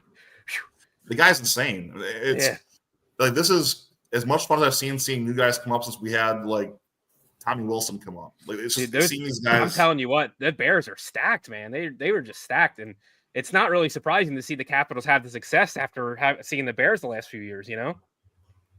And the Caps did it while still trying to compete somewhat, right? They kept Ovechkin around. Yep. They had some bad contracts, still some bad contracts, but no, look, man, I love the team's depth. I love the mix of youth and experience. But like I said, the Florida Panthers are definitely a team I'm most wary of, just because of that right combination of all those pieces they got going on down there. I don't know that by the time the playoffs roll around, if the Panthers aren't considered the favorites. I think the piece, they brought in Marchand, but the big piece for me too for Florida is that they went out and got Seth Jones as well, and that is such a solid upgrade on that defense. Have him like Forsling, and also like, man, they're hot, and they're gonna get better the more games that those new guys get under their belt with the team, the stronger that team is going to be. I mean, I think they're overall they're third or fourth in points, but they're number one in their division. But I don't know that by the time the playoffs roll around, they're not considered the favorites to win it all again, to defend, because man, they made the right moves. They went out. They got a solid backup goalie too to fill that net when Bob's not in there. They made all the right moves to fill all of the small holes that they had. I'm too immature tonight, guys. I'm sorry. You keep saying these things, guys, and you can't say these in front of me. You got Troy with guys liking to beat men, filling all the small holes. You can't do this to me. I'm too tired. telling you what, don't sleep on Dallas in these playoffs either. Yeah. At all. Dallas, they have considerably just gotten better as the season goes on. Robertson started off slow, but he has really come around as of late. I really like them, and as well, man. I hate to say it, but Edmonton, they could be sneaky good in the playoffs again this year. I say Dallas. That's the only thing that Dallas has looking forward to do is rooting for hockey, because they ain't got nothing else to cheer for. No, they damn sure don't, do they? Do you know who I think could be the dark horse this year? We're talking about the favorite, the Kings. Okay. Yeah. Darcy Kemper. They're putting it together Could too. steal the playoffs. Darcy Kemper could steal the playoffs. And Darcy was very good here in DC. I think he's that good. Darcy Kemper was a solid tender here in DC, and when they let him go, DC had a fit. I mean, they were throwing tantrums. I was happy personally. That's my story. I mean, when Linus Ullmark left, I cried, but we saw Swayman, who just now sucks ass. Look, and you talk There about. we go. Now we're talking about sucking ass. I wasn't even going there, but thank you. We're going to talk about the Maple Leaf? But no, Charlie mentioned the backup goaltender for the Panthers, and that's Vitek Vanacek. So Vitek was also in DC for a while. Yep. He was our starter kind of coming off of our Holtby years. And Vitek has his own issues, too. The Capitals know how to take advantage of also. Vitek's a good backup goalie. Yeah, he's a solid number 2. That's the thing. Yeah. He'll be able to fill in and get your win every 4 games. Once every 4 games. The thing I'll say there is the old Boob Titsky down there in the starter for the Panthers is going to be hard to beat in playoff time. He always is. So he likes standing on his head. Yes, he does. But one question I want to ask you too, Troy, is looking from your standpoint, how's the AHL shaking out? I haven't even looked. How are the Bears looking? How is all shaking out that way? I mean, number one. They're number one in the I think they're number one in the conference. Let me check. I know they're number one in the division. Let me pull that up real quick because I actually have the AHL page up right now. Are they number one in the whole conference? Actually, no, they're not. They're a point behind the Laval Rocket, whoever the hell that is. I never even heard of them. Dude, where's that even at? Laval? Laval? It's got to be. That's got to be in Canada somewhere, right?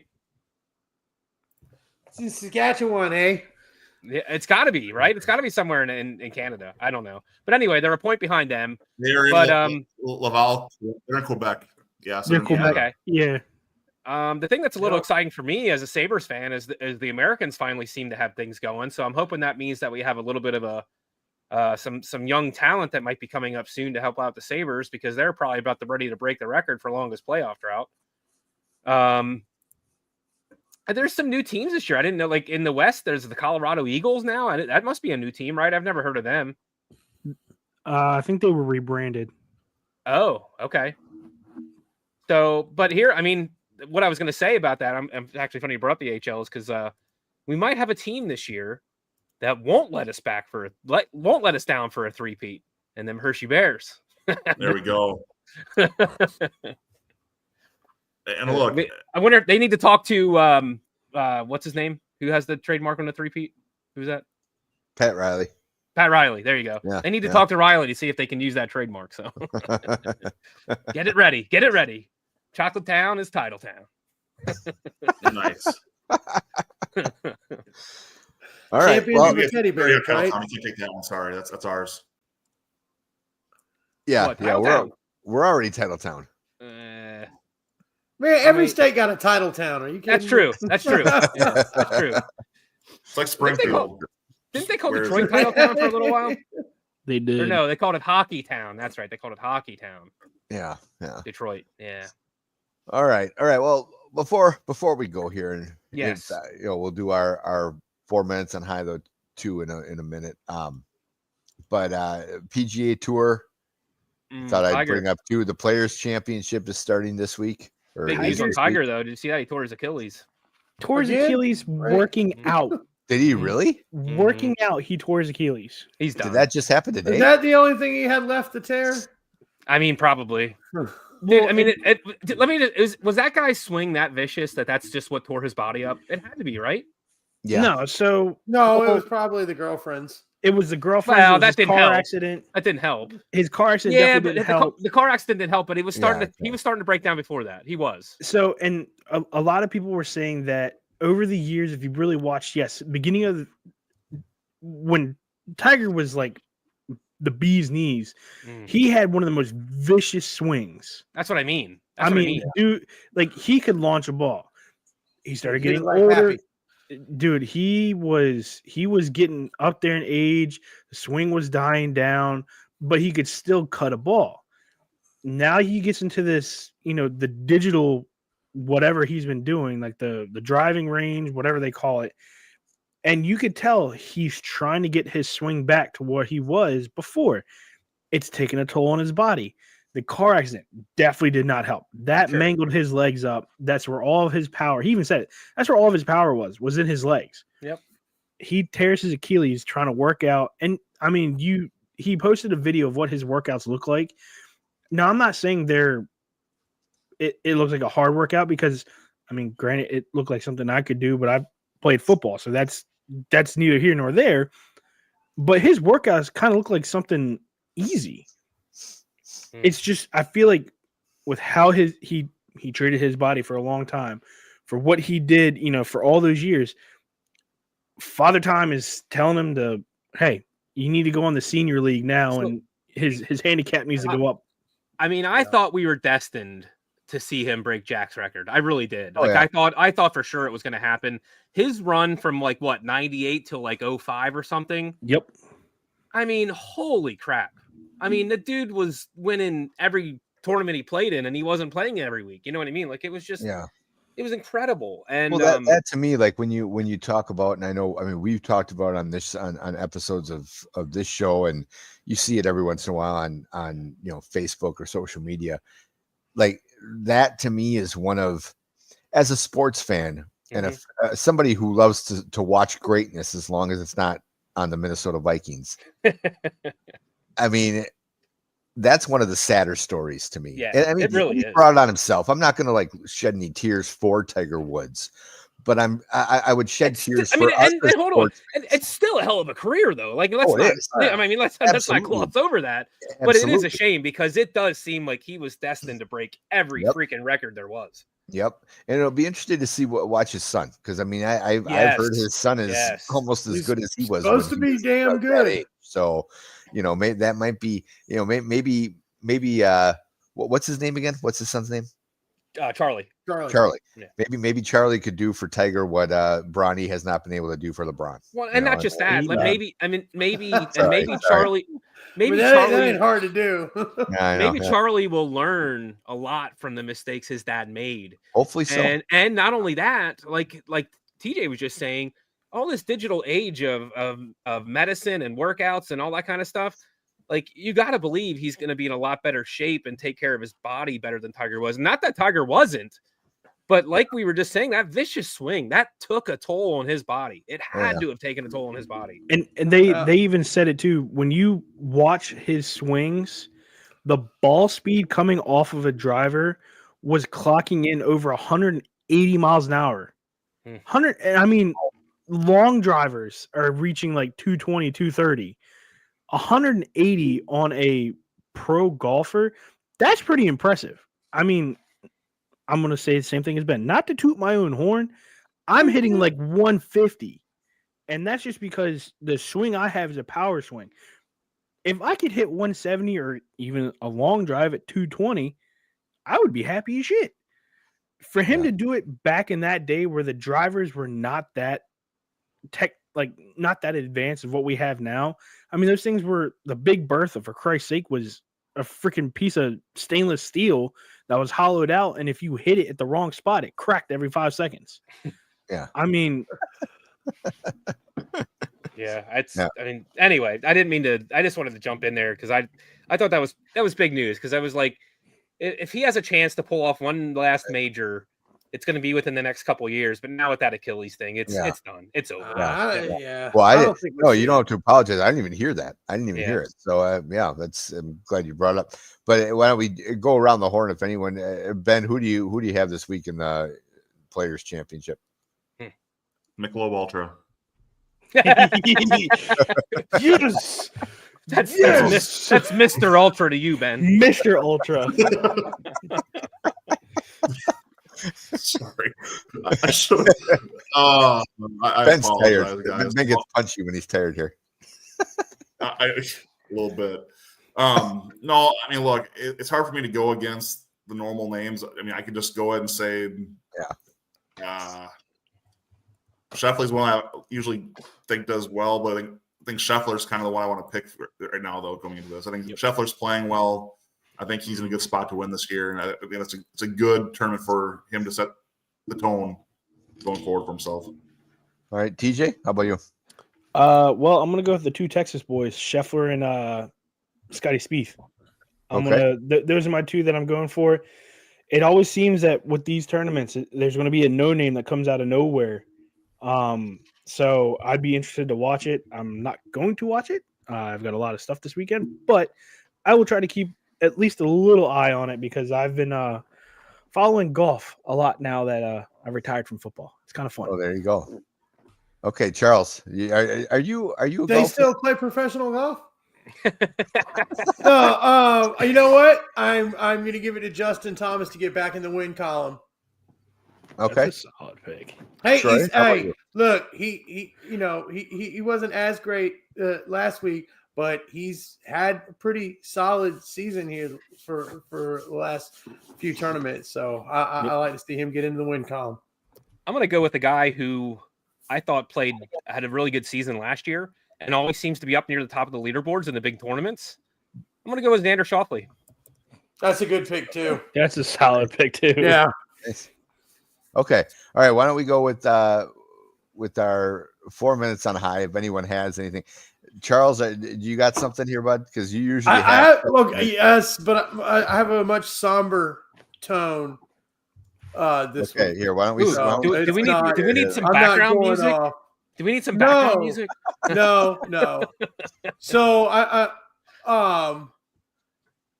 went to Shiloh. I'm not huge on like name dropping and all that and all, but I did go to high school with David Pollock, with Davey. His brother Jason and I graduated in the same class. And I just want to throw some prayers out to Davey and his family.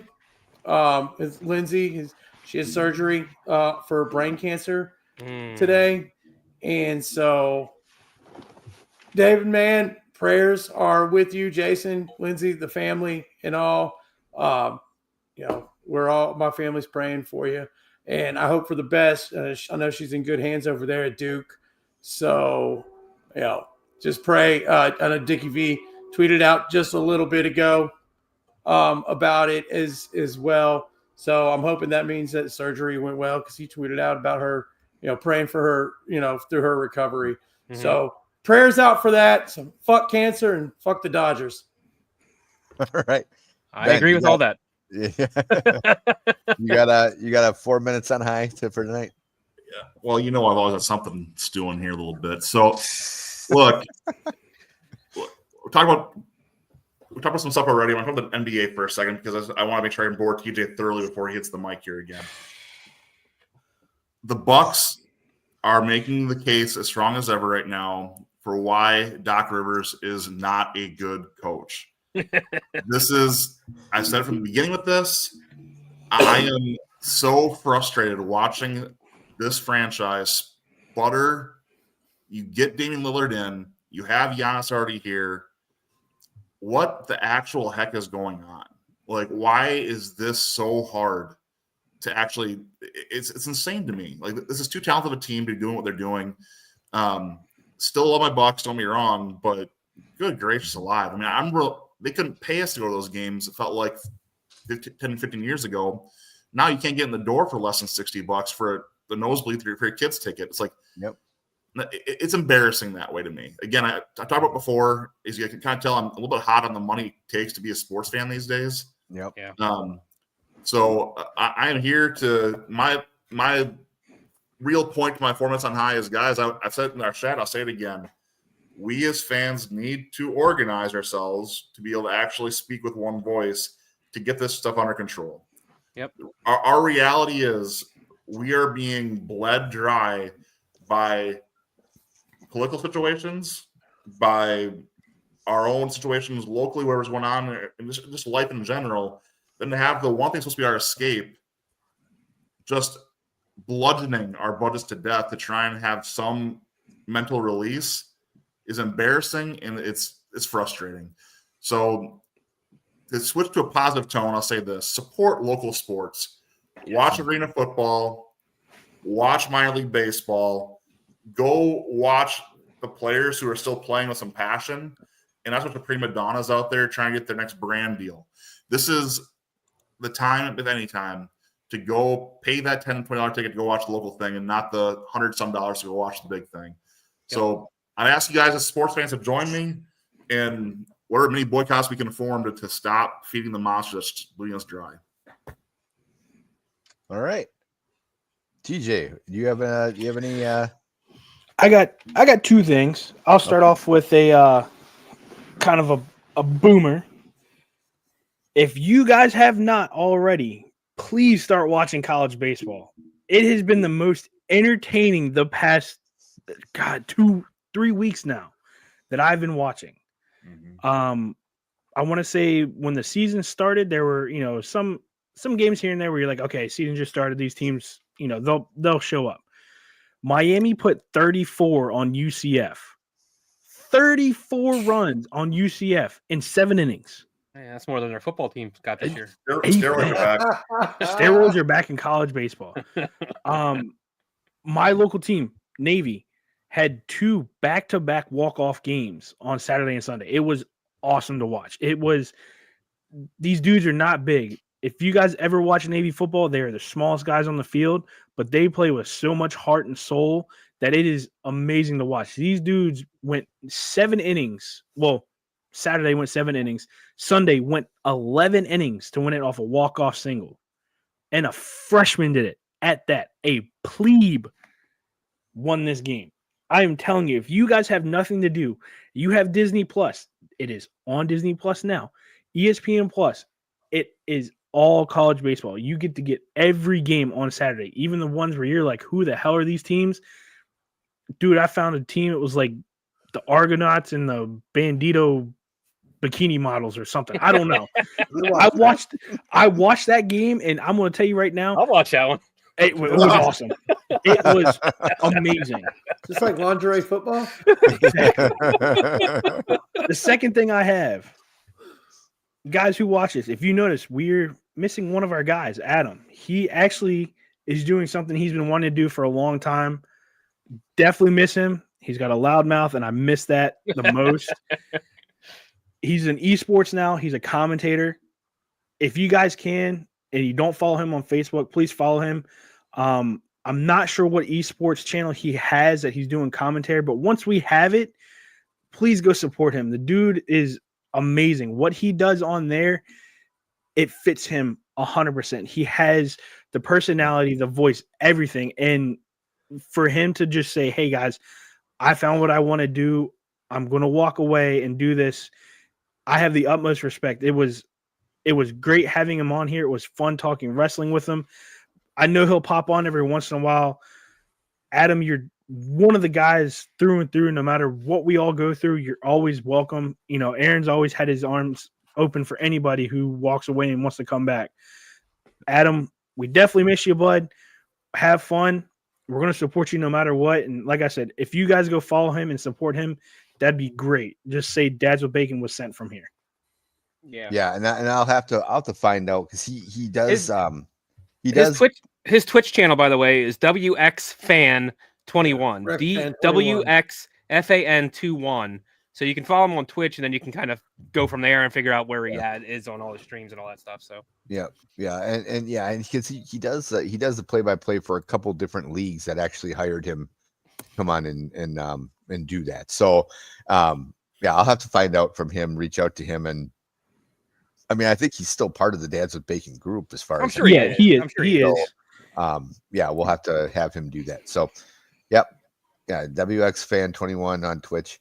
And absolutely. And every once in a while, now I don't have the mic in front of me like he does, TJ, you do. So I mean, every once in a while, if you want to channel your inner Adam, just pull it close to you and then like kind of what the fuck? Yeah, exactly. Fucking Boston, man. Fucking Devers used to be a third baseman. That's for you, Adam. We fucking love you. Fucking AEW, brother. I tell ya. Adam, we love you, buddy. Seriously, good luck to you. And absolutely, TJ, great. I couldn't have said it better.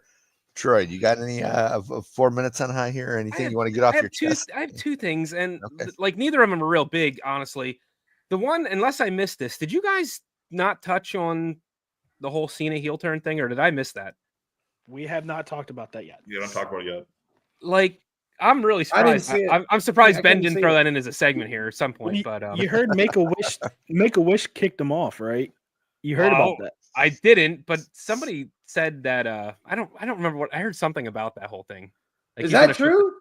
Yeah. So there were supposed to be 3 appearances that he was going to do for Make a Wish, and they said no because it upset so many people. And then Cody went instead. And Cody went instead. Oh man. But anyway, that's just a really big thing that I think that we could have talked about a little bit. I think to me, I didn't see it coming only because he's in his farewell tour, and that kind of really threw me off. Obviously, he's going to have to turn back at some point. You don't go out as a heel. That doesn't happen. When he gets his ass kicked at WrestleMania is when he turns. He's got to turn on the Rock, right? Wow, that quick? No, you know what? He's going to turn when he sees Travis Scott doing that little sage shit again. I don't know where the turn is. I think it's somewhere maybe around Survivor Series, something like that. Somewhere towards the end where he can have a good month or so end before he does hang him up. But I thought that was huge. I liked that it surprised me. And you look back at it and you could have seen seeds planted here and there, but it was just a really nice surprise. And it's good to see him go out like this. I hope to God he comes out in his Thugonomics character, gives one last go, lets it fly. We're on Netflix now. He's not going to be edited. He can say shit again. You saw they started blacking out the screens when people were flicking people off. Yeah. Like when they said John Cena, some dude flicked off the camera and they cut black for a good 2 minutes. So, I mean, yeah, I just think it'll be fun to see him in his character one last run. So anyway, that was number one thing I wanted to bring up. The number two thing is, and maybe it's a touchy subject, maybe it isn't, I don't care. I am so tired of these WNBA players complaining about their salaries. Bring some fucking people to your games and you'll get paid more. It's not hard to figure out. Like, I just don't get it. I don't understand how they don't see that. Arenas are filled for these NBA games. Doesn't matter what night of the week, who's playing. Of course they're going to get millions of dollars salaries because they're bringing in millions of dollars in revenue. You're bringing in thousands of dollars of revenue. You're only going to get paid thousands of dollars.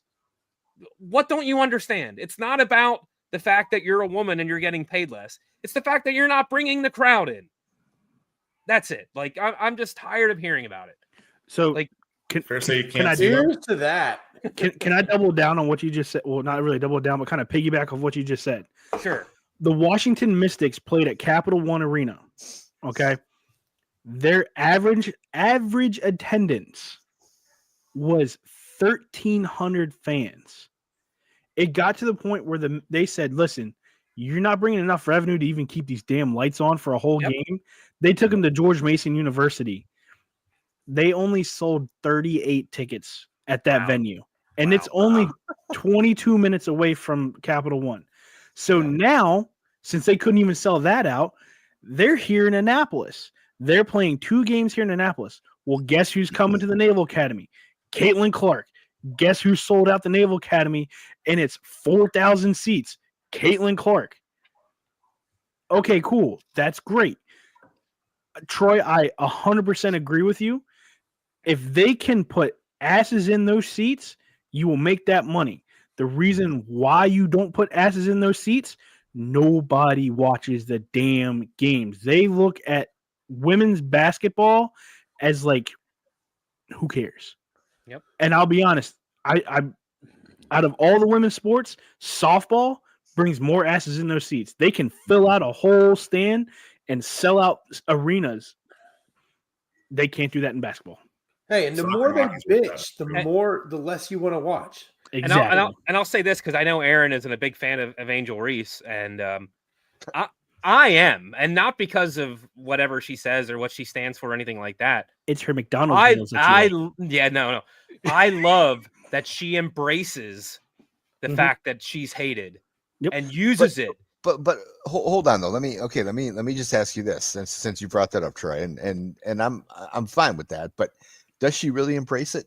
Sometimes I feel like I know what you're saying. I've heard her bitch about it before. You're right. Yeah, you're right. I mean, but I think for the most part, when she's in that game mentality, she does embrace it, and she'll do stupid, finicky shit to get things riled up, And I think that needs to be embraced because I think stuff like that will bring attention to the game.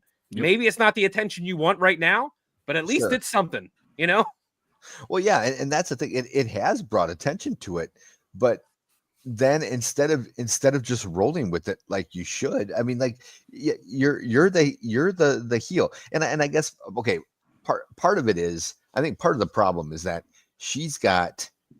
Oh, I think I'm missing comments here. Oh, maybe not. Okay. I think part of the problem is that, like, okay, let's compare it, since so many people have compared their rivalry with Bird and Magic, even though it's certainly not on that level, but we'll compare it.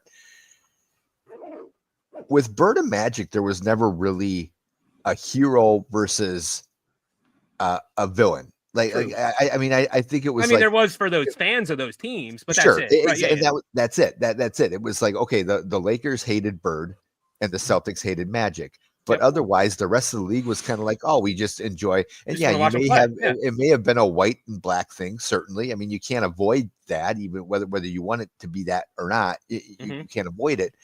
But for whatever reason, this one has really become, like that to me is the biggest difference between those two rivalries, is that people really seem to dislike Angel Reese way more than they dislike Caitlin Clark. And I don't know if, like, that to me, I think is one of the great puzzles, because my biggest issue with, and you're right, I'm not a fan of Angel Reese at all. But I feel like the issue I have with her is that she said in interviews, she has no problem being the bad guy or being the heel or whatever, the villain, whatever phrase you want to use or whatever word you want to use. But then she obviously does, because then she turns around and complains about it. And you're like, okay, do you like it or do you not? I agree. So I do agree with that point of it. Yeah, Either embrace it and be a bitch or not. And in fact, they were talking about that today.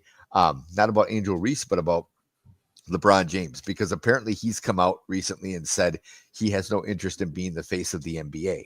And it's like, well, wait a minute. You want to be a billionaire. You said 20 years ago that you wanted to be the next Muhammad Ali, but you don't want to be the face of the NBA. And one of the guys, Steve Zabin, that I was listening to in the mornings out of Milwaukee, his comment was, he thinks the reason that LeBron James, besides, I mean, he makes a lot of political statements that people are like, you know what, you have no idea what you're talking about. Oh, I'm so tired of it. Yeah, exactly. That's a whole other thing. But I'm just so tired of celebrities and everybody in general. Just, dude, you don't need to use your award shows for a political thing. Like, come on. Anyway, go ahead. Absolutely. But his point, and I actually think it was a really good one, was that nobody really knows who LeBron James is, because everything seems so fake and manufactured with him. It's all about, his main concern is all about the image, and and I kind of feel like that's where maybe people are with Angel Reese. Like, 1 minute you're okay being the heel and being the bad guy, and the next minute you're complaining that nobody likes you or that people are mean or whatever. And you're like, okay, well, that's what the villain is. Either embrace it or don't. But I don't know. Just makes you the villain, though, isn't it? I mean, that's part of it's. Hate to say this, but part of being a villain is having bad logic. I mean, you have faulty logic somewhere. Good point. So it's part of the role. And I feel like with Angel Reese, she's good. Make no mistake, she's a good basketball player. I'm not arguing that point at all. She'd beat me. She's smoking me. I'd give her a good run for her money. I know, right? The problem I have with all these are that you and how many others? we talk about what she says, not what she does. And that's the problem. Like, let your game, like, Caitlin Clark doesn't say a dang thing, and she really doesn't say much. She just goes out there and hits buckets. How about LeBron James? It's a little bit that Russell Wilson ick factor, isn't it? It's the same kind of thing. Like he says, what most people don't like about Russell Wilson is he feels manufactured and fake. Yeah. Kind of like LeBron. And LeBron is undoubtedly an all-time great basketball player. There's no denying that piece of it. But he's not the GOAT, and that's evident. I mean, he's not even the best Laker of all time. So you through all this, and I think that for me with LeBron, it's I feel like we all have the right reason to hate him. Cleveland more than us. I think that Angel Reese is becoming that next piece in the sports world for us to a certain extent, where people are going to have that desire to hate, even though she's good. But she's still not LeBron, though, either, is the problem. She's not going to go create a big three and go win multiple titles. Mm-hmm. So what I'm trying to say is Angel Reese she's being the bad guy by being the whiner. I mean, it's Yeah. you look at a lot of your heels. It's what they do. Chris Jericho's a great whiner. Yeah, But I mean that's a good point. I never really thought about it that way. But do you think she's thinking about it that way? I think someone's in her ear. I mean, she was Yeah. at LSU. You don't think LSU has people in all their athletes' ears like consistently? Sure. Think Kim McCullough doesn't have a consultant on how ridiculous to dress to each of her games? You don't think that Brian Kelly had people in his ear tell him, go ahead and try your fake Cajun accent? It'll get people, it's a lightning round. You're going to get clicks. So like LSU is set that way. And Angel's in Chicago. That's not a small market where you're just going to be playing. Like she's got attention. She's got the right people around there too. Sorry, I'm talking a lot here. The point, No, that's okay. but it's look, I agree with your main point though. The WNBA needs to learn that make money, earn money. Yep. Period. Yep, And absolutely. we as sports fans, I'll go back to my previous comment. If we can get our voices heard on make a ticket affordable, I'll pay $20 to watch WNBA. If we had a WNBA team here in Green Bay and it was $20 a ticket, I'd go. I'm there. I'm not going to pay $100 a ticket. There's no way in heck I'm going to do that. I'll pay $50 a ticket. What are tickets going for in WNBA? Does anybody know? Can you look it up? PJ, I usually can look it up. You're Yep. the ticket guy. I don't think Yeah. they're really that expensive unless Caitlin Clark's playing. Yeah, I was Unless gonna Caitlin say, Clark's playing, I they're know- they're normally like triple digits. No, they are triple digits. If Caitlin Clark is playing. Oh, Okay. oh. yeah. Okay, so hold on. We are looking Average at price was 107 last year. okay. So these are the Mystics. 107. Okay. The Mystics games, $98. This is against Atlanta. When the Fever come to town, $884. What? Oh. 144, 120, What? 96, 93, 144, 85. Damn. Yeah. 273 with Chicago. Did you? I mean, dude, this is there's a reason why you're not selling out stadiums, and Well, that's that's what I'm pretty much saying. it. And by the way, Yeah. book in 2013, $64 is the average price. Went up 67% in one season. Your difference is you brought in Cameron Brink, Angel Reese, Caitlin Clark. Is really the only difference. The certain difference you have there, and why you're seeing that ticket price jump so high. It's the messy factor. People Okay, want to what- see greatness. What were you looking at here, TJ? I'm SeatGeek. looking at SeatGeek. Okay, I'm on StubHub right now, and So I looked at all what the seats events. were you looking at? What seats were you looking? I'm looking at a Chicago Sky at an Indiana Fever game, and top level is just around 100, pretty much on average, anywhere from like 70 to 101, something like that. The middle, the second section, whatever you want to call it, the second row, the second level, I guess. They look to be somewhere in the $300 to $600 range. And then on the floor, it looks like they're anywhere from the low 400s up to 1,000. But that's. You think people are paying $1,000 to go see a WNBA game? Well, Depending on the name. Yeah, was gonna say- 178 to see Caitlin Clark when she comes to Atlanta. As the 178. cheapest. 178. And honestly, that doesn't look like bad. I mean, they're not terrible, but going up to like 905 for each for a premium. But that's with Caitlin Clark. Let's see here. I just don't see people paying that. I'm sorry. Yeah. Yeah, I don't That's what I'm either. saying, though. Well, again, I mean, and that just kind of Okay. that even piggybacks in with what $48 for a regular game. regular game. Okay. Yeah, I'll That's say not- 20, that's $22. not Caitlin Clark. No, No, $22. that's Dallas. So there's Las Vegas. When the Mystics go to Las Vegas, in Vegas, $22. When they go to Atlanta, $30. When they go to Chicago, $44. But anything in DC, triple digits already. Jeez.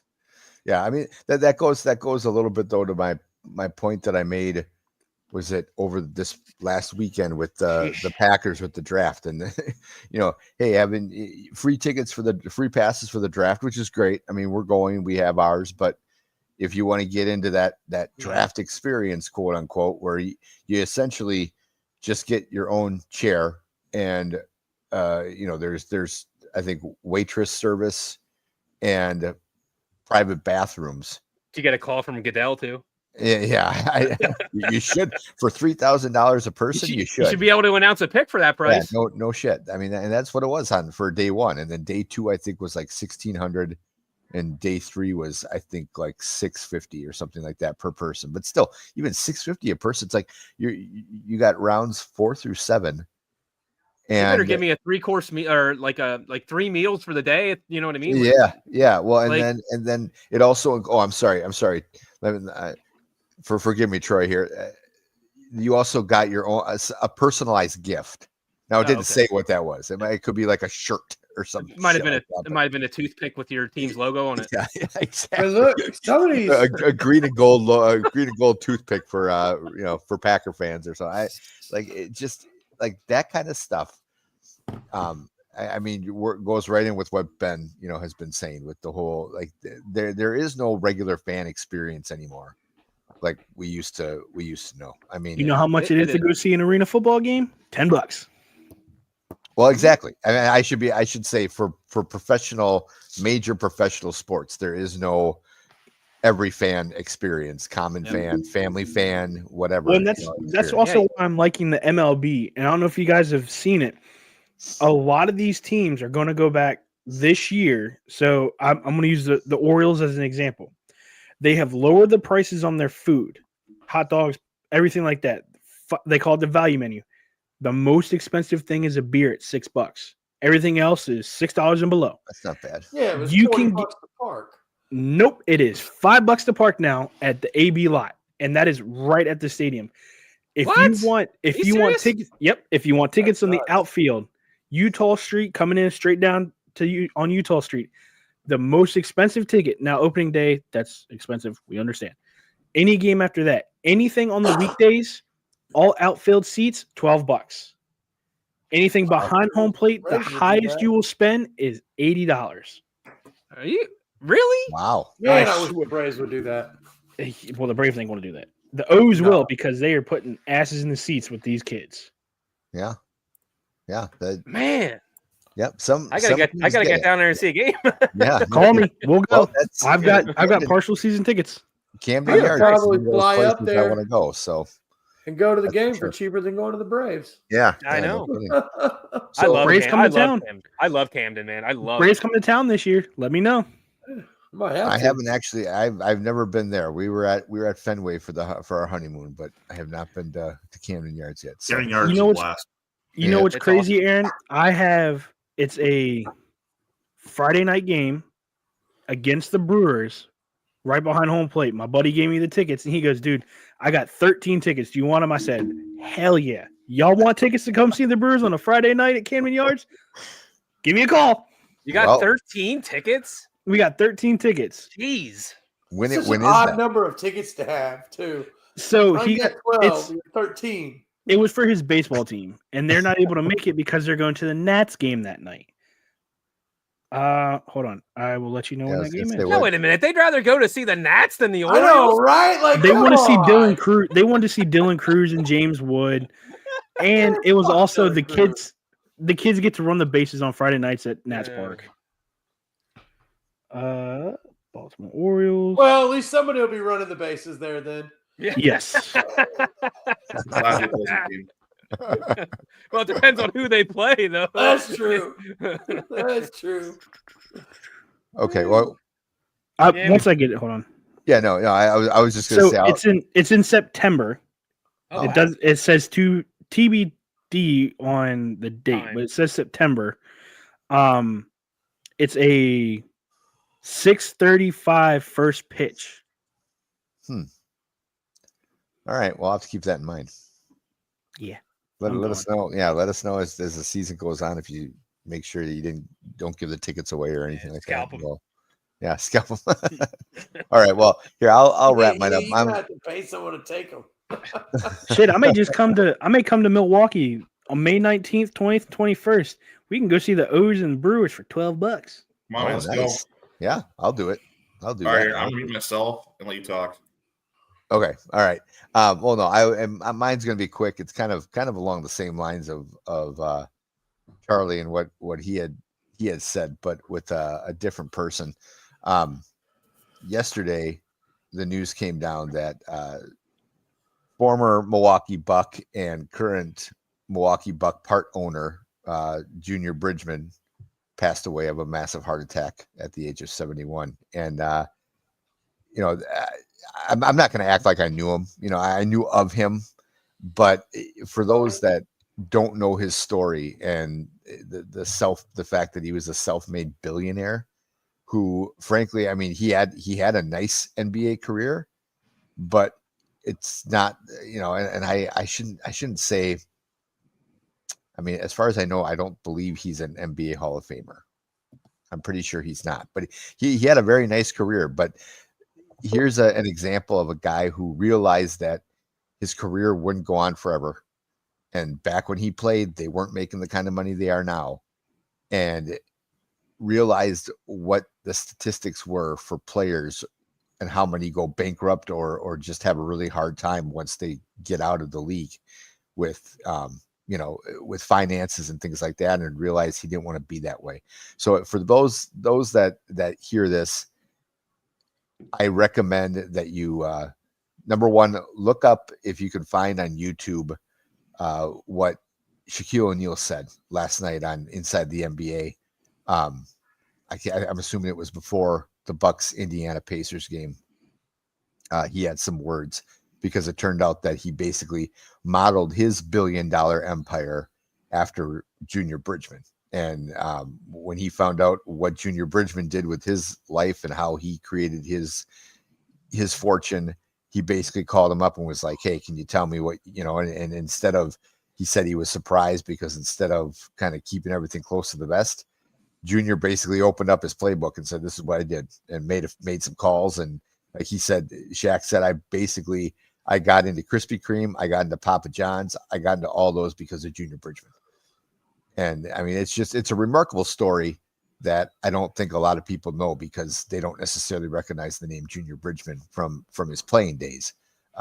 But you know, and it was sad, not because I'm some huge, massive, you know, Bucks fanboy, but you know, he had just this past off season become I believe it was a 10% owner of the Bucks, you know, and kind of achieved part of his dream of being an owner and everything. So again, just like Charlie said before, you know, thoughts and prayers go out to his family. And I think he's got a couple kids, to his wife and everyone. It was a very sad day for Bucks basketball. So, and I was just looking at, as you were talking about him, I was just looking him up because I didn't really know much about him, but he was drafted by the Lakers, and he was traded 3 weeks later as part of the Kareem Abdul-Jabbar trade. Yeah. So. Yeah, exactly. Yeah. So, I mean, and that was what, in the 70s, if I'm not mistaken. Yeah. 75. 75. So, yeah. So again, not a lot of people are familiar with it because, you know, whatever, but, anyway, yeah, it was just sad. But again, for young men who are looking to have a career in the NBA, even if you have a successful career in the NBA, that money can be gone really, really fast. and I think we've all heard all the stories, you know, and even with what the players make nowadays. I mean, you average 10 boards and 7 rebounds and you're making $12 million a year. Yep. I mean, that's insane, but you could piss that away real fast. So, you know, look at what that guy did and follow his playbook the best you can, even though he's gone. So anyway, that's it for this week, guys, and everyone. I don't know what everyone's got planned, but enjoy some conference tournaments. I've got the Big 12 conference playoffs on, or conference tournament on right now with UCF and Kansas in overtime. And I got to say, Steve was right. That court is freaking. Yeah, that's hard on the eyes. Yeah, it is hard on the ice. It's almost as hard as like that.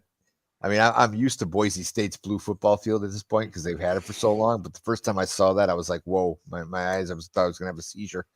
Same thing here. So I've been trying not to watch it too much, but I'll glance over at the score. It's actually a good game. But yeah, enjoy the conference tournaments. And, you know, we got Selection Sunday coming up. And I know, Charles, you have that. I don't think we've put it out necessarily on the Dads of Bacon page or in the group. But didn't you set up a tournament? Post it. Yeah, I'll post it to the bracket? page Okay. on Facebook and everything. But yeah, I got a Madness tournament, a group set up for us on ESPN. Okay, cool. Yeah, because that's For always anyone one of my who favorite wants to times of join. year. So everybody have a great weekend, and we will see you back here next week, same time, 8:30 Central, 8:30 p.m. Central on Wednesday. Take care. Better look somewhere